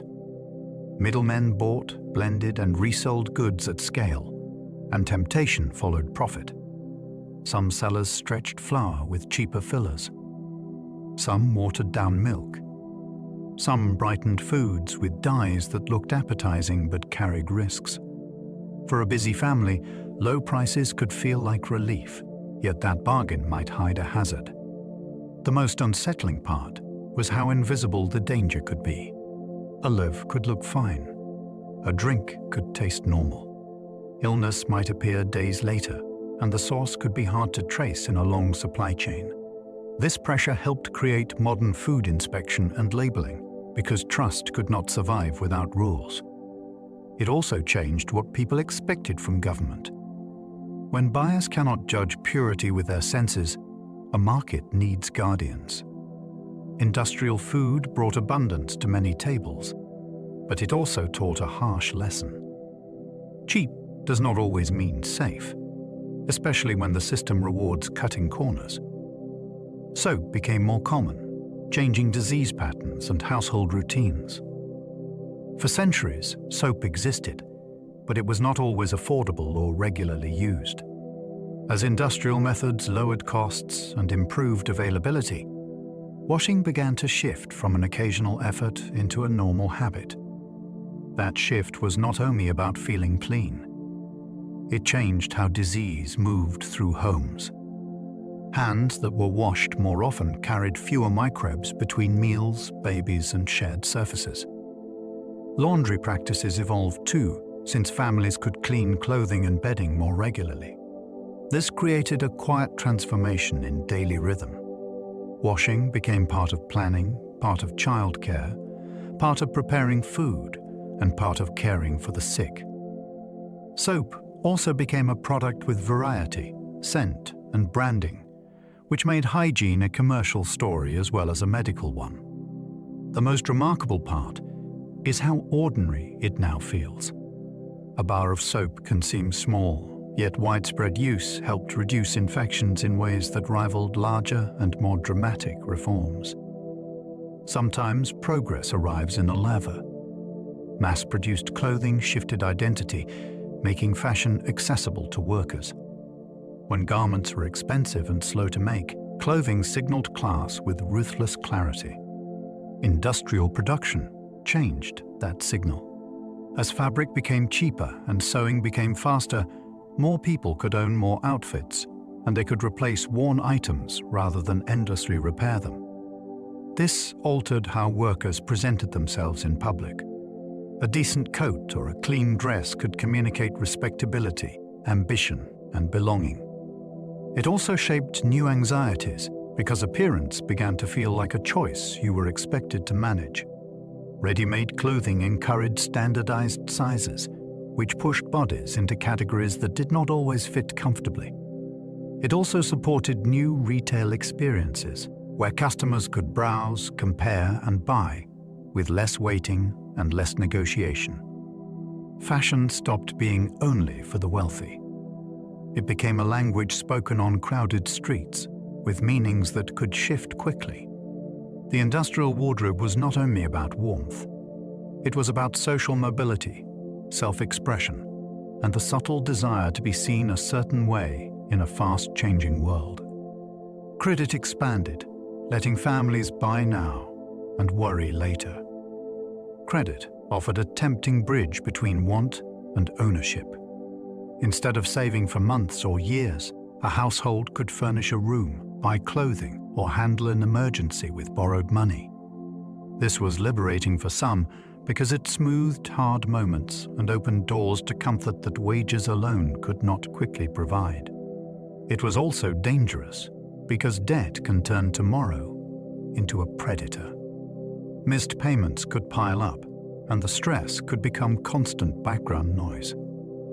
Credit reshaped shops too. Sellers learned to offer installment plans, and they built customer relationships around ongoing payments rather than one-time sales. It also changed social pressure. If your neighbors could buy on credit, keeping up could feel mandatory, even when it was unwise. Credit is fascinating because it is both a tool and a trap. It can protect a family from sudden hardship, and it can drag a family into long hardship. In an industrial economy where goods multiplied and wages could be unstable, credit became the hinge between desire and risk. Insurance grew, because machines and cities created new kinds of risk. As industrial life intensified, danger took on new forms. A factory fire could destroy a whole block. A rail accident could ruin a business overnight. A shipment lost at sea could bankrupt a merchant who had invested everything in one cargo. Insurance expanded to meet that uncertainty, turning catastrophe into something that could be shared across many people through premiums. This changed behavior. Businesses could take larger risks because they were not betting on a single unprotected outcome. Families could seek some protection against illness, death, or loss of property, even if coverage was limited and unequal. Insurance also encouraged record-keeping and inspection, since companies wanted to understand what they were paying for. In a sense, it made society measure danger. That measurement influenced building practices, workplace rules, and shipping standards, because safer systems were cheaper to insure. The growth of insurance reveals an industrial truth. When life becomes interconnected, one disaster can ripple widely. Insurance was a way of admitting that modern risk is not always personal. It can be structural, and it can be managed only by pooling responsibility.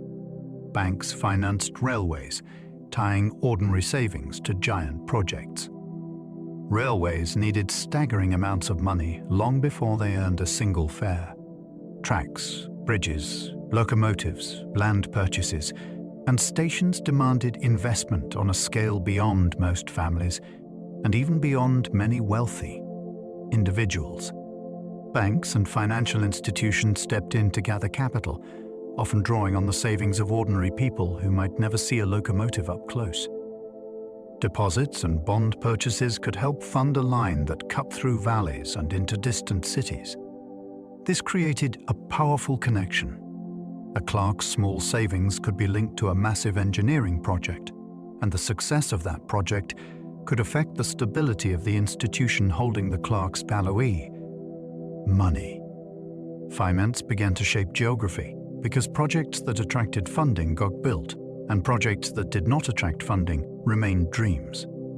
It also shaped politics because railway finance could invite favoritism, scandal, and fierce debate over routes. The railroad was steel and steam, yet it was also paperwork and trust. Banks made those tracks possible, and they quietly made the public part of the gamble. Stock markets grew louder, as industry needed capital beyond families. When businesses were small, expansion could be funded by owners, relatives, or local partners. Industrial enterprises often outgrew that model. A large mill or a major railway could demand more money than a single family could risk. Stock markets offered a solution by letting many investors buy small pieces of a company. That spurred opportunity, but it also spread anxiety. Prices could rise on optimism and crash on rumor, and those swings could affect real workers and real towns. Stock markets also amplified ambition. If a company could attract investors, it could expand faster than competitors, buy new machinery, and dominate markets. This created a new kind of public drama, where fortunes could be won or lost without anyone touching a tool. Newspapers reported market movements like weather, and people began to watch numbers as if they were signals of destiny. The market became a voice, sometimes wise and sometimes reckless, and industry learned to listen. It is one of the great shifts of the era. Production moved from hands to machines, and ownership began to move from individuals to crowds. Steam locomotives needed water stops, and those stops shaped towns. A steam train could be mighty, but it was also thirsty. Boilers demanded frequent refilling, so railways built water towers, pumping stations, and sidings at practical intervals. Those stops became magnets. A small settlement with reliable water could suddenly gain a station, a depot, and jobs that did not exist the year before. Hotels appeared for travelers who missed connections. Warehouses grew near the tracks because waiting freight needed storage. Some towns thrived simply because they were the place where trains had to pause, not because they had rich soil or a great harbor. Local schedules began to revolve around arrivals and departures, and the sound of a whistle could set the pace of a day. Even rival towns could rise or fade depending on where the railway chose its water point. Steam shaped geography through necessity, and ordinary places became important because the engine needed a drink. Railways unified prices, making distant markets feel local. Before fast transport, a price could be a local secret. Grain might be cheap in one region and scarce in another, and moving it was slow and expensive. Railways changed that by making bulk travel quicker and more predictable. Merchants could compare prices across cities, then ship goods to where demand was higher. Over time, that squeezed extreme differences. Markets began to feel connected because supply could respond faster. A bad harvest in one area could be softened by imports from another if the rails were open and the money could be found. This also changed bargaining. Producers faced wider competition since buyers could source from farther away. Consumers gained access to more variety, but they also became exposed to distant shocks. A disruption on a rail line could ripple into empty shelves and sudden price jumps. The fascinating part is psychological. People began to think of prices as national, not purely local. The railway helped teach society what an integrated economy feels like. Grain from abroad could undercut local farmers, changing rural economies. When ships and railways made long-distance trade cheaper, rural life met a new rival. Grain grown far away could arrive in local markets at prices that nearby farmers struggled to match. For some city families, cheaper bread felt like relief. For many farmers, it felt like betrayal by the rules of the game.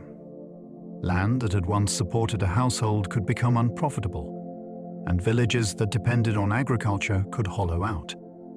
Some farmers adapted by shifting toward dairy, meat, or specialized crops that traveled better or fetched higher value. Others left the land entirely, adding to migration and urban crowding. This is one of the sharp ways industrialization reached beyond factory walls. It did not only create new jobs, it also rearranged which old jobs could survive. A field could be worked with the same skill as ever, yet still lose its place in the market because distant supply had become too efficient. Industrial trawlers later intensified fishing, pressuring oceans in new ways. Fishing once depended heavily on small boats, local knowledge, and limits set by weather and endurance. Industrial trawlers changed those limits. Larger vessels could stay at sea longer, carry more gear, and drag heavy nets that swept wide areas of seabed. With steam and later engines, fleets could chase fish farther from shore and return with catches that transformed coastal economies. Ports expanded. Processing plants appeared. Fish became more available to inland cities, not only to seaside towns. Yet the same efficiency carried a shadow. When catches grow quickly, it can become easy to assume the sea is endless.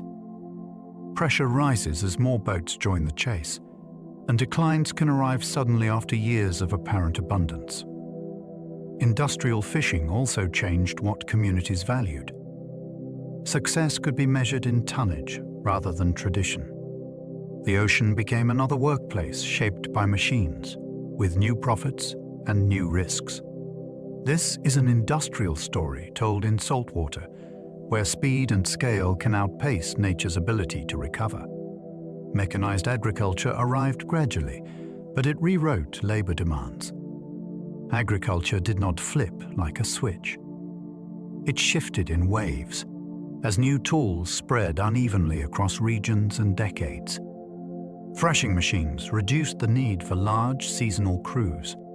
Mechanical reapers and later tractors changed the rhythm of harvest, turning back-breaking peaks of labor into tasks managed by fewer hands. That had ripple effects. Rural wages could fall when there was less work to offer, and young people had more reason to leave for towns. Farms that could afford machines often grew larger, because equipment makes the most sense when it is used across more land. Smaller farms sometimes struggled, not because they forgot how to grow food, but because costs and competition changed around them. Mechanization also altered skills. Repairing and operating equipment demanded mechanical confidence, and that pushed rural life closer to industrial life. The most striking change is social. When fewer workers are needed on the land, a countryside can look the same while its population thins. Mechanized farming did not only increase output, it reshaped who could stay and who had to go. Artificial fertilizers changed yields and altered rivers with runoff. As chemistry entered farming, nutrients became something that could be manufactured, measured, and applied with intention. Artificial fertilizers could boost yields dramatically, which helped feed swelling cities and reduced the fear of local shortages. Fields that once depended on manure and crop rotation gained a new lever, and that lever could be pulled hard. Yet nutrients do not always stay where they are placed. Rain can carry excess nitrogen and phosphorus into streams, then into rivers and lakes, where algae blooms can spread and oxygen can drop. Water that looks healthy can become hostile to fish and other life. This created a new kind of tension. Fertilizers could be both a triumph of productivity and a source of environmental strain, depending on how they were used and managed. It also changed farming decisions, because higher yields encouraged more intensive planting and higher expectations. The industrial age taught people to treat soil like a system that can be tuned, and it taught the world that tuning can have consequences downstream. When food production accelerates, the landscape keeps score. The chemical industry emerged from dyes, turning color into science. For centuries, color came from plants, insects, and minerals, and it was often expensive and unpredictable. Dyeing required experience, good luck, and ingredients that could vary by season. Industrial chemistry changed that by making color something that could be produced with consistency. Early breakthroughs in synthetic dyes showed that a laboratory could create shades that were vivid, repeatable, and scalable. That mattered to textiles, because a popular color could now be supplied in huge quantities without fading into scarcity. It also mattered culturally. Clothing and printed materials gained new palettes, and bright color stopped being reserved for elites. The dye business helped build the modern chemical industry, because it demanded purity, controlled reactions, and large-scale manufacturing. Laboratories grew more important, and chemical expertise became a career. The fascinating part is how a desire for beauty and fashion helped drive serious science. People wanted reliable purple, deep blues, and stable reds. In chasing those hues, industry learned to manipulate molecules with increasing precision. Color became a gateway to chemistry's wider power. Synthetic dyes replaced natural ones, disrupting farms that once grew pigments. When synthetic dyes became cheaper and more consistent, the old supply chains began to wobble.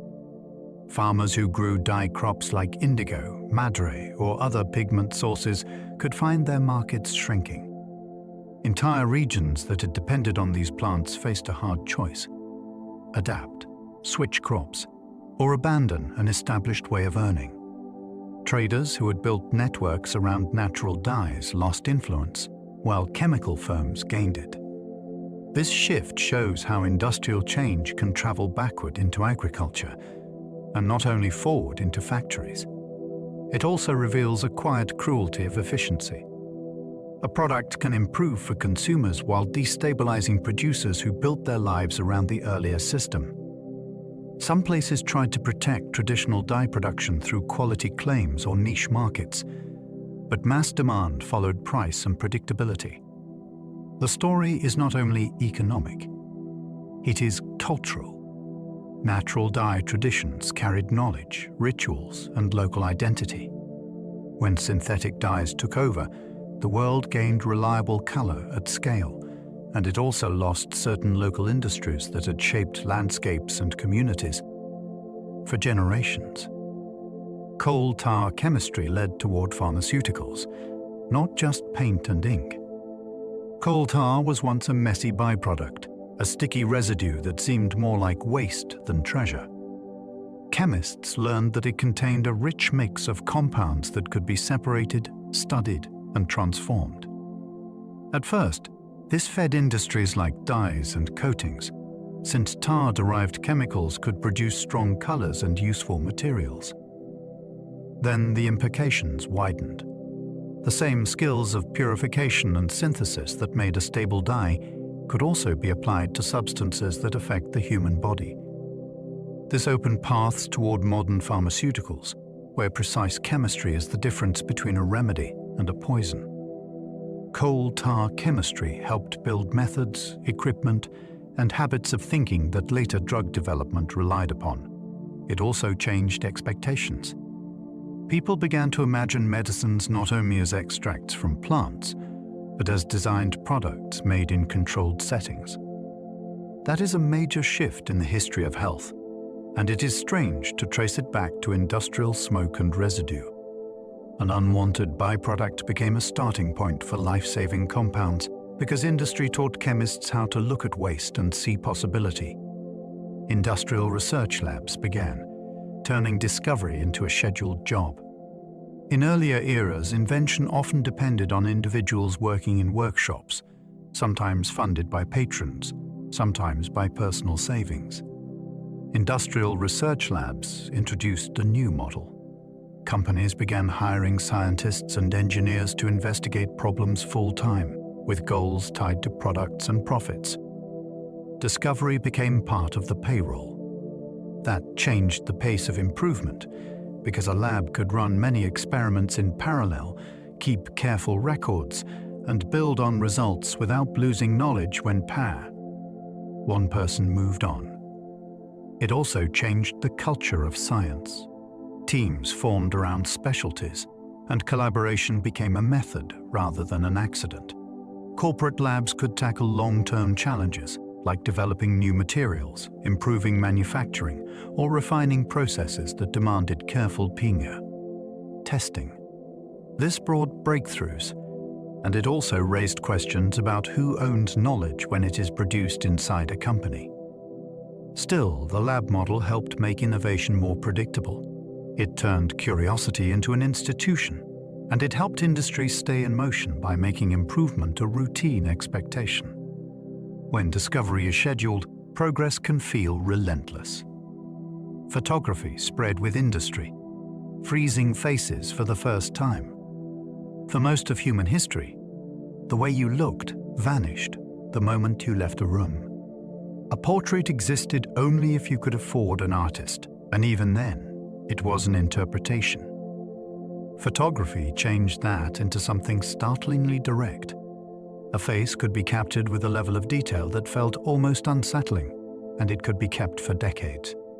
As processes improved and studios multiplied, ordinary families began sitting for images that would once have belonged only to nobility. Workers posed in their best clothes. Soldiers carried small portraits in pockets. Parents kept pictures of children who might grow up far away. Photography also reshaped how people understood truth. A printed image looked like evidence, even when it could be staged. It created new kinds of memory, because you could revisit a moment exactly as it appeared. In an industrial age obsessed with recording and measuring, the camera became another machine for preserving reality, one face at a time. Cheap printing fueled novels, manuals, and political pamphlets everywhere.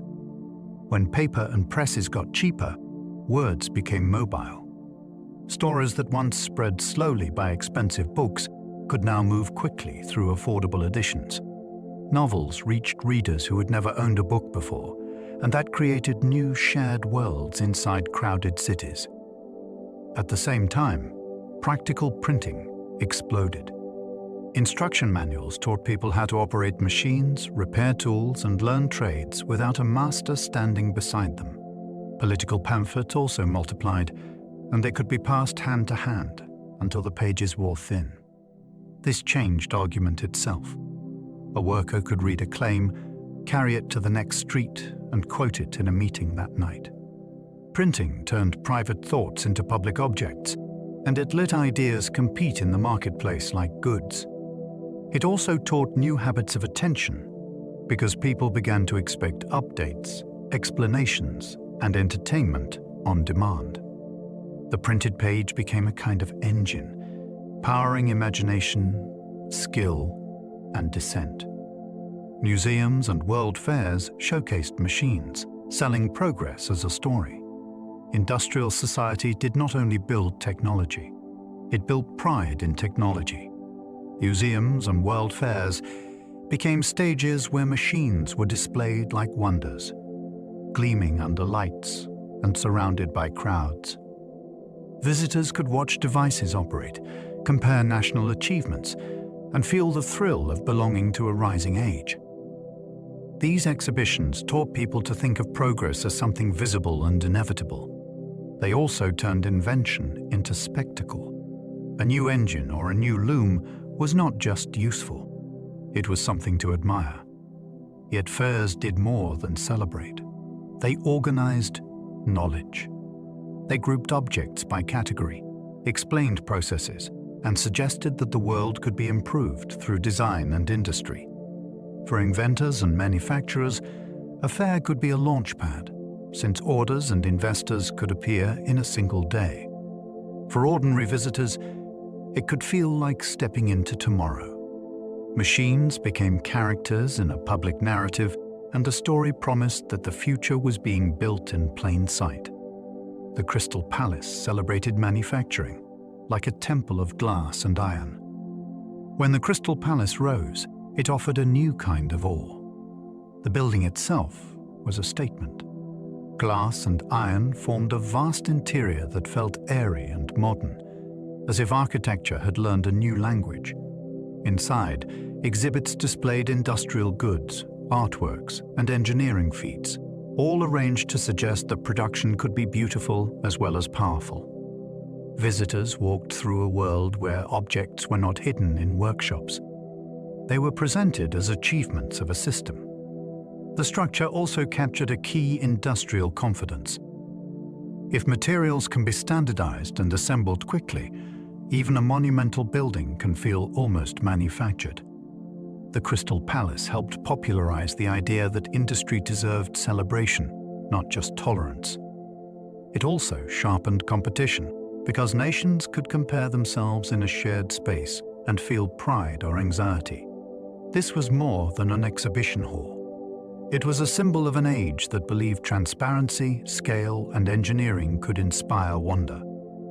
Industrial wealth funded public libraries, expanding knowledge beyond elites. As fortunes grew from factories and trade, some of that money flowed into public institutions that changed everyday life. Public libraries became one of the most important. A library offered something radical. It offered free access to books, reference works, and quiet study for people who could not afford a personal collection.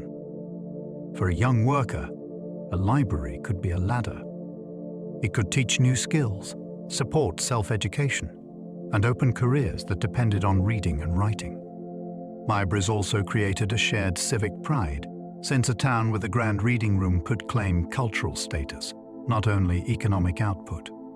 They were places where people encountered science, history, travel writing, and fiction, often for the first time. That broadened horizons in a practical way. Knowledge stopped being gated by money alone. Of course, access was still uneven, and social barriers remained. Yet the library helped shift the idea of education from privilege to public good. In an industrial world that demanded literacy, the library became a quiet engine of opportunity. Working-class leisure grew slowly, with music halls and cheap excursions. Industrial labor could be exhausting, but it also created new patterns of free time that earlier rural life rarely offered in the same form. As hours gradually shortened in some trades, entertainment businesses learned to serve people who wanted relief, laughter, and company after a long shift. Music halls offered songs, comedy, and variety acts, and they became places where communities gathered and local celebrities emerged. Cheap excursions also grew, especially when railways made day trips practical. A seaside outing or a trip to a fair could become a treasured event, planned around wages and timetables. Leisure mattered because it changed identity. Workers were not only producers. They were audiences, travelers, fans, and customers.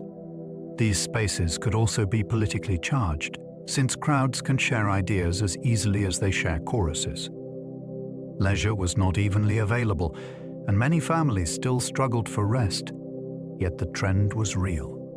The industrial city began to invent a new kind of public fun, and it helped people feel that life included more than work. Factory accidents pushed new laws, forcing governments into workplaces. When machines spread, injury became a public issue that could no longer be dismissed as bad luck. A single accident could maim a worker, devastate a family, and spark anger in a community that depended on the same mill. Reports of mangled limbs and deadly conditions reached newspapers and reformers, and pressure built for intervention. This created a major shift in the role of government. The workplace stopped being treated as purely private space. Inspections, regulations, and legal standards began to appear, often after fierce debate and slow enforcement. Some owners argued that rules would ruin competitiveness. Others quietly adapted when they saw that safer practices reduced disruption and turnover. Laws also changed expectations. Workers began to see protection as something society could demand, not merely beg for. The idea that the state could set limits on hours, require guarding, and punish negligence was a turning point. Industrial power was creating industrial harm, and the response was a new kind of public responsibility. Compensation systems emerged. Admitting injury was not always a personal failure. In many early industrial settings, an injured worker faced a cruel double loss. They lost health, and they lost income. Employers often insisted that accidents were the worker's own fault, which left families to collapse into poverty. Compensation systems challenged that harsh idea by treating injury as a predictable cost of industrial work, not a moral flaw. When compensation became expected, even in limited forms, it reshaped how people thought about risk. A machine could be dangerous even when a person was careful. That recognition changed legal arguments, workplace negotiations, and public attitudes toward disability. It also created paperwork, medical assessments, and disputes about responsibility, since money forces decisions into formal channels. Compensation did not erase suffering, and it was not always fair. Still, it marked a profound shift.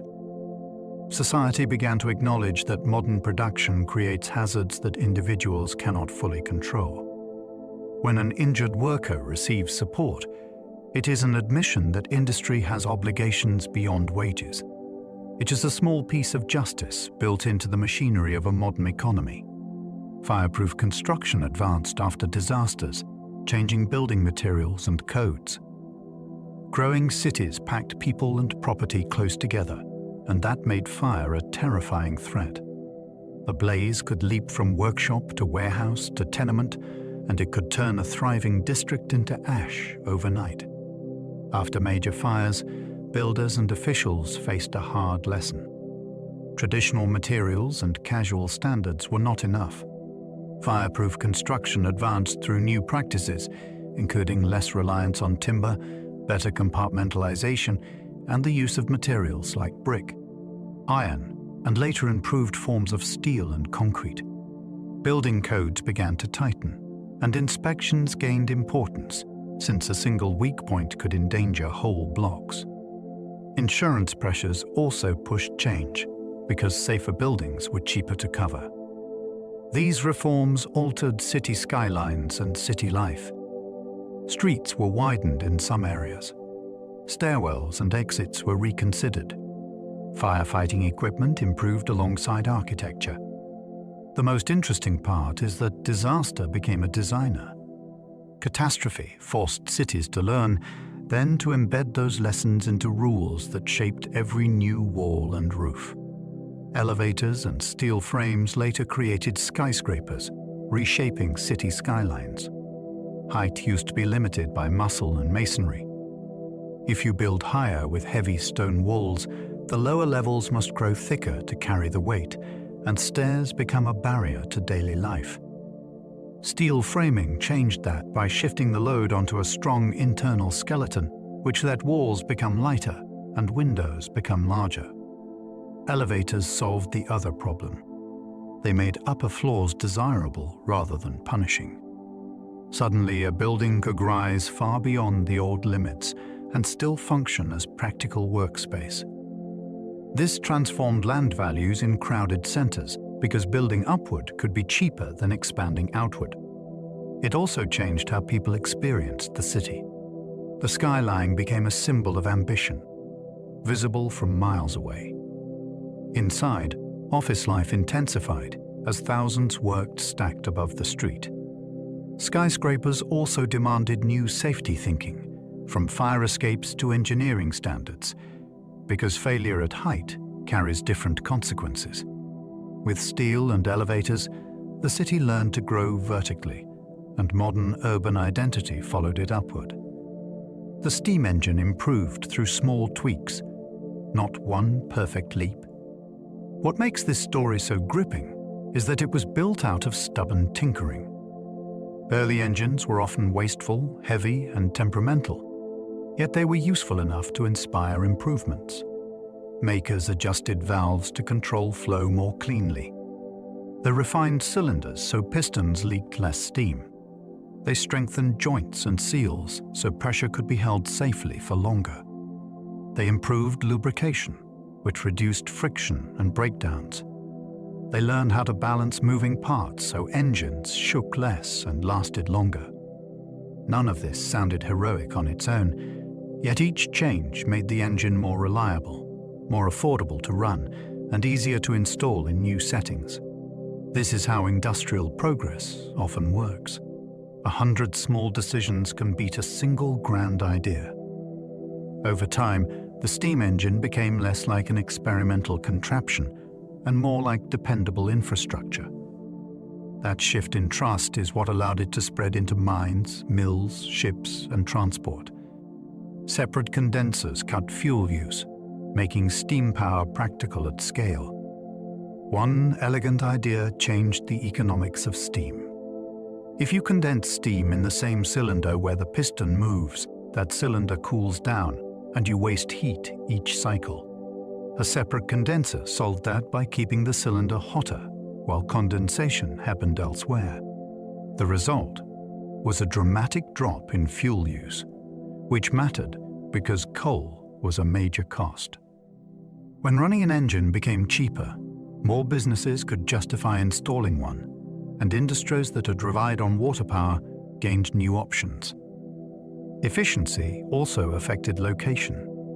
A factory no longer needed to sit beside fast-flowing water because it could afford to generate power with less fuel. That helped steam engines move into dense cities and busy ports. The separate condenser also helped build confidence in engineering as a discipline, since it showed that careful understanding of heat could unlock real savings.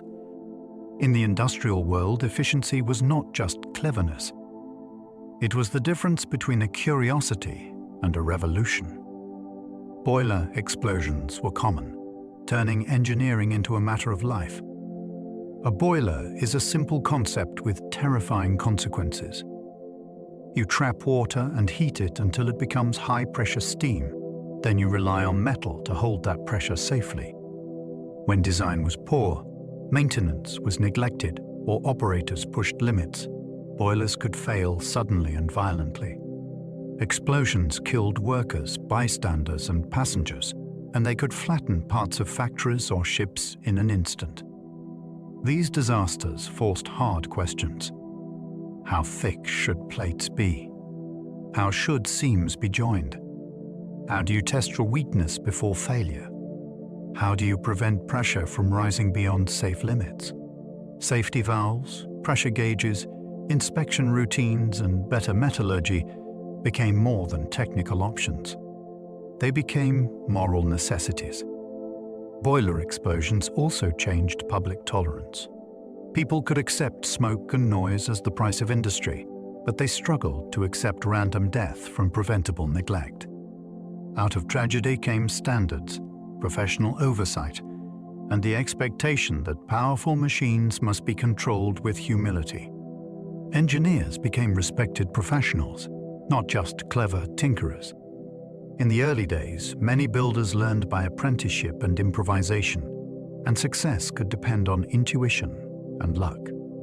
As industrial projects grew larger, that approach became risky. A bridge, a railway, or a steamship could not rely on guesswork when lives and fortunes were at stake.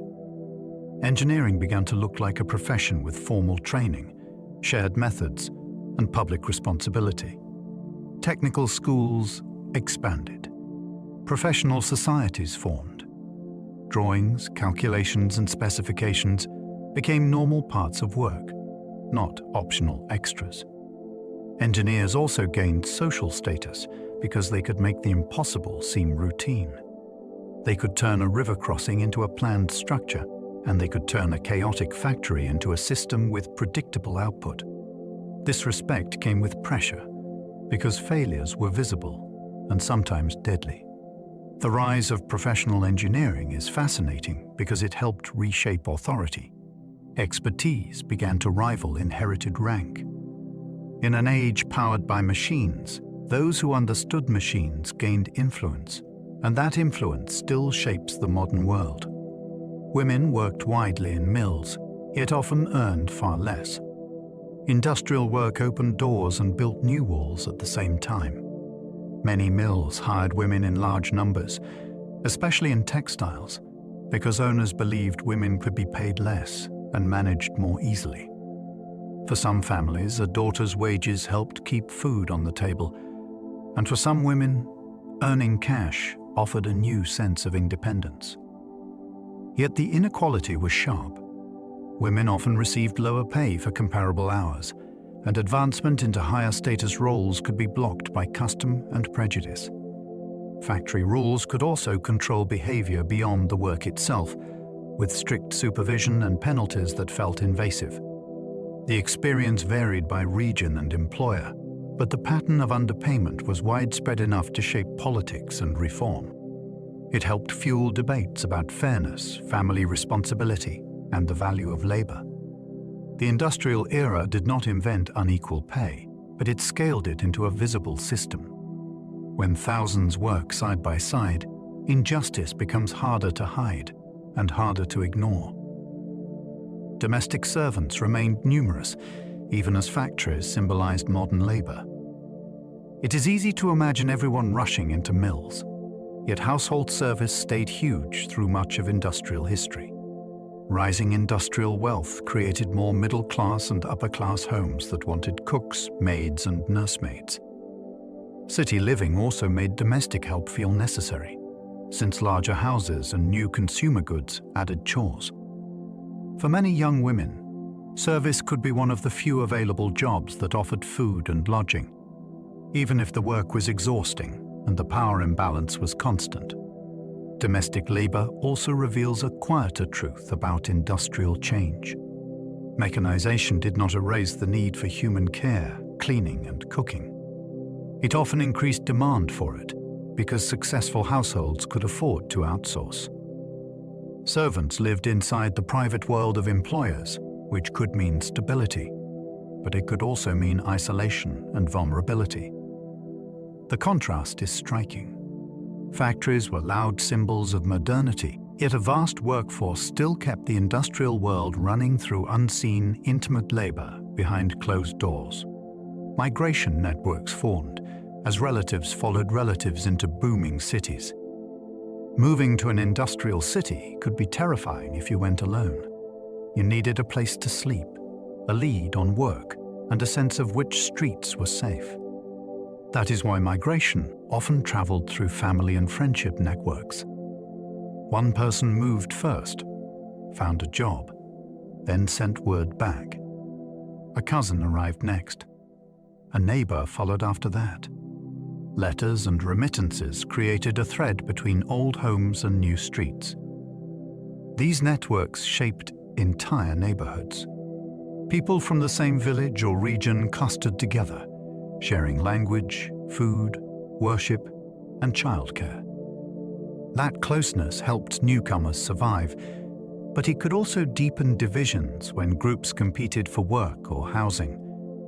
Chain migration made industrial growth faster because factories gained a steady stream of labor and cities gained communities that could expand quickly. It also changed identity. People began to belong to two places at once, the place they left and the place they were building. Industrial urbanization was not only an economic shift, it was a social web, knotted by kinship and hope. Industrial districts developed distinct accents, foods, and local identities. When thousands of newcomers settle together, culture changes fast. Industrial districts became melting pots of regional dialects and immigrant languages, and over time, those voices blended into new accents that could identify a town within seconds. Food evolved too. Workers needed meals that were filling, affordable, and easy to prepare after long shifts, so local staples formed around what shops could supply and what wages could support. Pubs, clubs, unions, and faith communities reinforced shared habits, and rival neighborhoods developed reputations that could last generations. Pride grew around local industries, whether it was steel, textiles, shipbuilding, or mining, and that pride shaped songs, sports loyalties, and public celebrations. These identities mattered because they offered belonging in places where people often felt uprooted. They also created boundaries. Outsiders could be treated with suspicion, and strikes or downturns could deepen local solidarity. Industrialization is often told as a story of machines, but it also created human landscapes, where culture adapted to new rhythms and new pressures, hardened into traditions. Smog episodes could kill, showing air itself could be a hazard. Coal smoke was not always a mild nuisance. Under certain weather conditions, soot and sulfur-laden fog could thicken, hang low, and turn breathing into a struggle. People described stinging eyes, burning throats, and a heaviness in the chest that felt impossible to shake. The most vulnerable, especially infants and the elderly, could die in spikes that shocked communities. These episodes forced a grim realization. Air is not an empty background. It is part of the body's daily intake, as essential as water. When industrial pollution concentrates, it can become an acute threat, not only a long-term worry. Smog also exposed inequality. Poorer districts often sat closer to factories and relied on coal for heat, which meant higher exposure. Doctors and reformers began collecting evidence, and newspapers reported the toll in ways that stirred public anger. Smog deaths helped push pollution from a private annoyance into a public health issue, and they made regulation feel like protection rather than interference. Early environmental campaigns fought soot, noise, and poisoned rivers. Long before modern environmental movements, people in industrial towns complained about the daily assaults of industry. Soot ruined laundry and coated homes. Noise from mills and traffic stole sleep. Rivers that once supported fishing or drinking water could turn foul from industrial waste. Early campaigns often began locally, led by residents, physicians, or civic groups who demanded cleaner streets and healthier neighborhoods. Some fought through petitions and town meetings. Some used lawsuits, arguing that pollution damaged property and well-being. These efforts helped shape early nuisance laws and municipal regulations, even when enforcement was inconsistent. The most interesting part is that the arguments sound familiar. Who has the right to use shared air and water as a dumping ground? Should economic growth excuse harm that falls on others?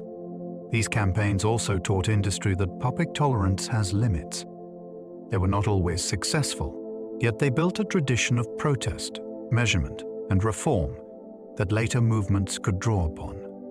Industrialization sparked the problem, and it also sparked the first organized attempts to push back.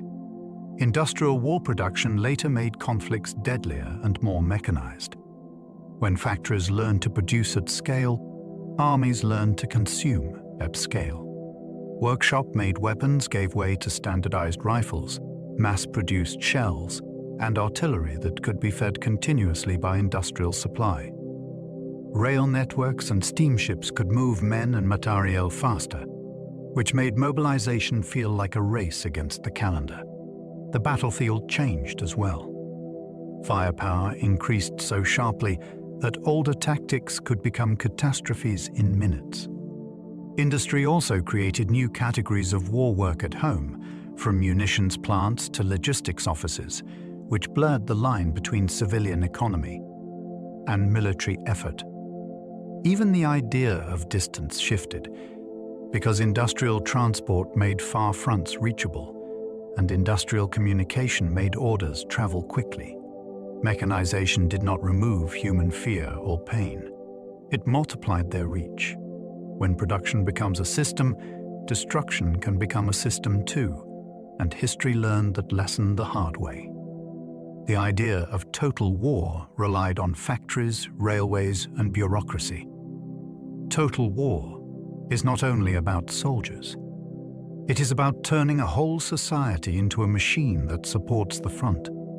Factories can be redirected toward weapons, uniforms, vehicles, and supplies. Railways can prioritize military traffic, moving everything from coal to casualties. Bureaucracy then becomes the nervous system, tracking resources, rationing food, organizing labor, and managing information. This creates a new kind of pressure on everyday life. A family's meals, a worker's hours, and a city's lighting can be shaped by national needs. It also creates new targets. If factories and rail lines are essential, then an enemy may try to break them, which pulls civilians into danger. The frightening brilliance of total war is its efficiency. It can marshal enormous power quickly, yet it can also swallow freedom and moral restraint if fear becomes the guiding logic. Industrial systems made large-scale coordination possible, and once possible, it became tempting to use. Mass education expanded because industrial nations wanted disciplined citizens. Industrial society needed more than strong backs. It needed people who could read signs, follow written instructions, keep accounts, and arrive on time. Schools helped supply those skills, but they also shaped habits that factories valued. Sitting still, listening to bells, working in batches, and meeting deadlines are educational routines that resemble industrial routines. Many reformers also believed education could reduce crime and unrest, which made schooling feel like a form of social stability. As systems expanded, curricula often emphasized basic literacy, numeracy, and national history, building a shared identity alongside practical ability. Education offered genuine opportunity for many children, especially those who could not inherit land or craft status. It also carried tension, since not everyone agreed on what should be taught or who should control it. Still, the broad trend was clear. When economies become complex, knowledge becomes infrastructure. Classrooms became part of the machinery of modern life, training minds for a faster and more coordinated world. Scientific management timed motions, treating workers like parts of a machine. Scientific management promised a seductive idea. If you measure every motion, you can find the fastest method, reduce waste, and raise output. Managers began studying tasks in detail, timing actions, and breaking jobs into repeatable steps. This could increase efficiency and profits, and it could also simplify training, since a new worker could be taught a standardized routine. For workers, the experience could feel dehumanizing. Skill and judgment were squeezed into narrow scripts, and the pace was often set by stopwatches rather than by bodies. It also shifted power. Knowledge about the job moved from the worker to the planner, since management claimed the right to define the one best way. Some people welcomed the clarity, especially if it raised wages or reduced chaos. Others resisted, because being timed can feel like being mistrusted. Scientific management is fascinating because it reveals an industrial dream of perfect control. It also reveals the cost, since humans are not identical parts, even when a system tries to treat them that way. Assembly lines later sped output, but also intensified monotony and fatigue. An assembly line can feel like a miracle of coordination. Instead of one person building an object from start to finish, the product moves past many hands, and each person repeats a small set of actions. This can slash production time and lower costs, which makes goods more affordable to millions. It also changes the experience of work. Repetition can become hypnotic, and it can become punishing, especially when speed is relentless and brakes are tight. The worker may lose the satisfaction of seeing a complete product, since their contribution is only one fragment. Fatigue can build in specific muscles and joints because the same motion returns again and again. The line also reshapes discipline. If one station slows, everyone feels it, so pressure travels through the system like a wave. The assembly line is a symbol of industrial genius, and it is also a reminder that efficiency can demand a human price. When productivity is designed into the floor plan, monotony can be designed into the day. Consumer goods multiplied, making comfort feel normal rather than luxurious. When production scaled up, many items that once seemed rare began to enter ordinary homes. Soap, matches, cookware, ready-made clothing, and later, a widening range of household tools could be purchased more easily, sometimes in predictable sizes and predictable quality. This changed expectations quietly. Comfort stopped being a special event and started to feel like a baseline that people deserved. It also reshaped family budgets, since buying goods became a regular part of planning, not an occasional splurge. New products promised convenience, cleanliness, and status, and those promises could feel like progress made tangible. Yet, multiplication also brought new pressures. Advertising could make people feel behind if they lacked the latest improvement. Waste grew as replacement became easier than repair. Still, the transformation is astonishing. Industrial systems did not only make more things, they changed what people imagined a decent life should include. Once comfort becomes normal, society begins to debate who gets it, who does not, and why. Industrial capitalism reshaped class, creating powerful factory owners and wage laborers. As investment and machinery became central, wealth began to concentrate in new hands. Factory owners and financiers could grow rich from profits and expansion, while wage laborers depended on regular pay that could rise or collapse with markets. This created a sharper class contrast in many industrial cities, visible in housing, health, and education. It also changed social authority. A person could gain influence through capital, even without noble birth or inherited land. At the same time, workers gained a new kind of collective identity, since many faced similar schedules, hazards, and bargaining limits. Politics began to orbit these divisions. debates over taxes, voting rights, working hours, and public services often reflected class interests, even when the language sounded moral or national. The reshaping was not only economic. It altered how people understood fairness and power. A wage can feel like independence, yet it can also feel like vulnerability, since losing it can be immediate disaster. Industrial capitalism created extraordinary growth, and it also created friction that still runs through modern societies. Socialist and anarchist movements grew, arguing industry demanded new justice.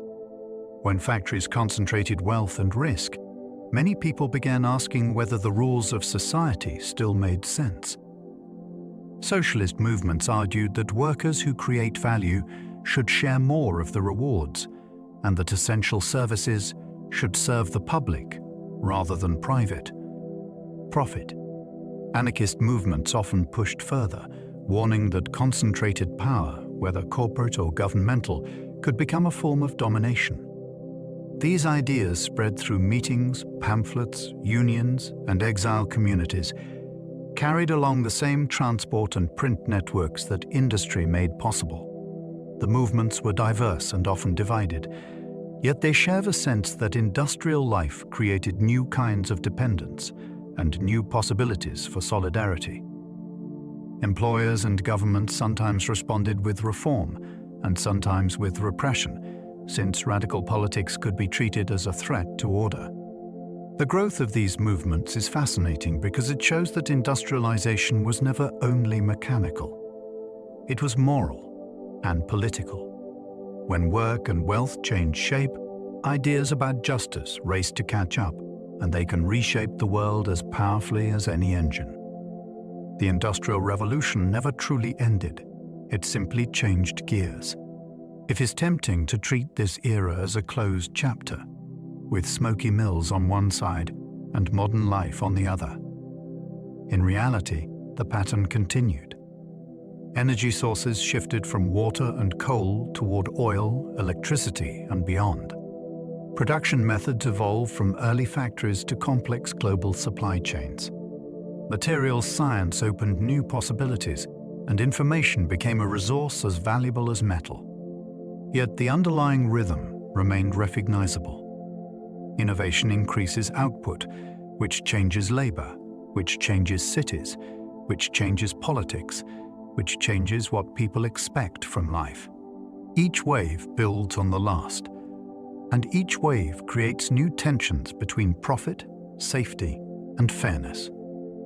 The Industrial Revolution is best understood as a turning of a wheel that keeps turning, not a single spin that stopped. What began with spinning frames and steam engines expanded into electrification, mass manufacturing, and automation.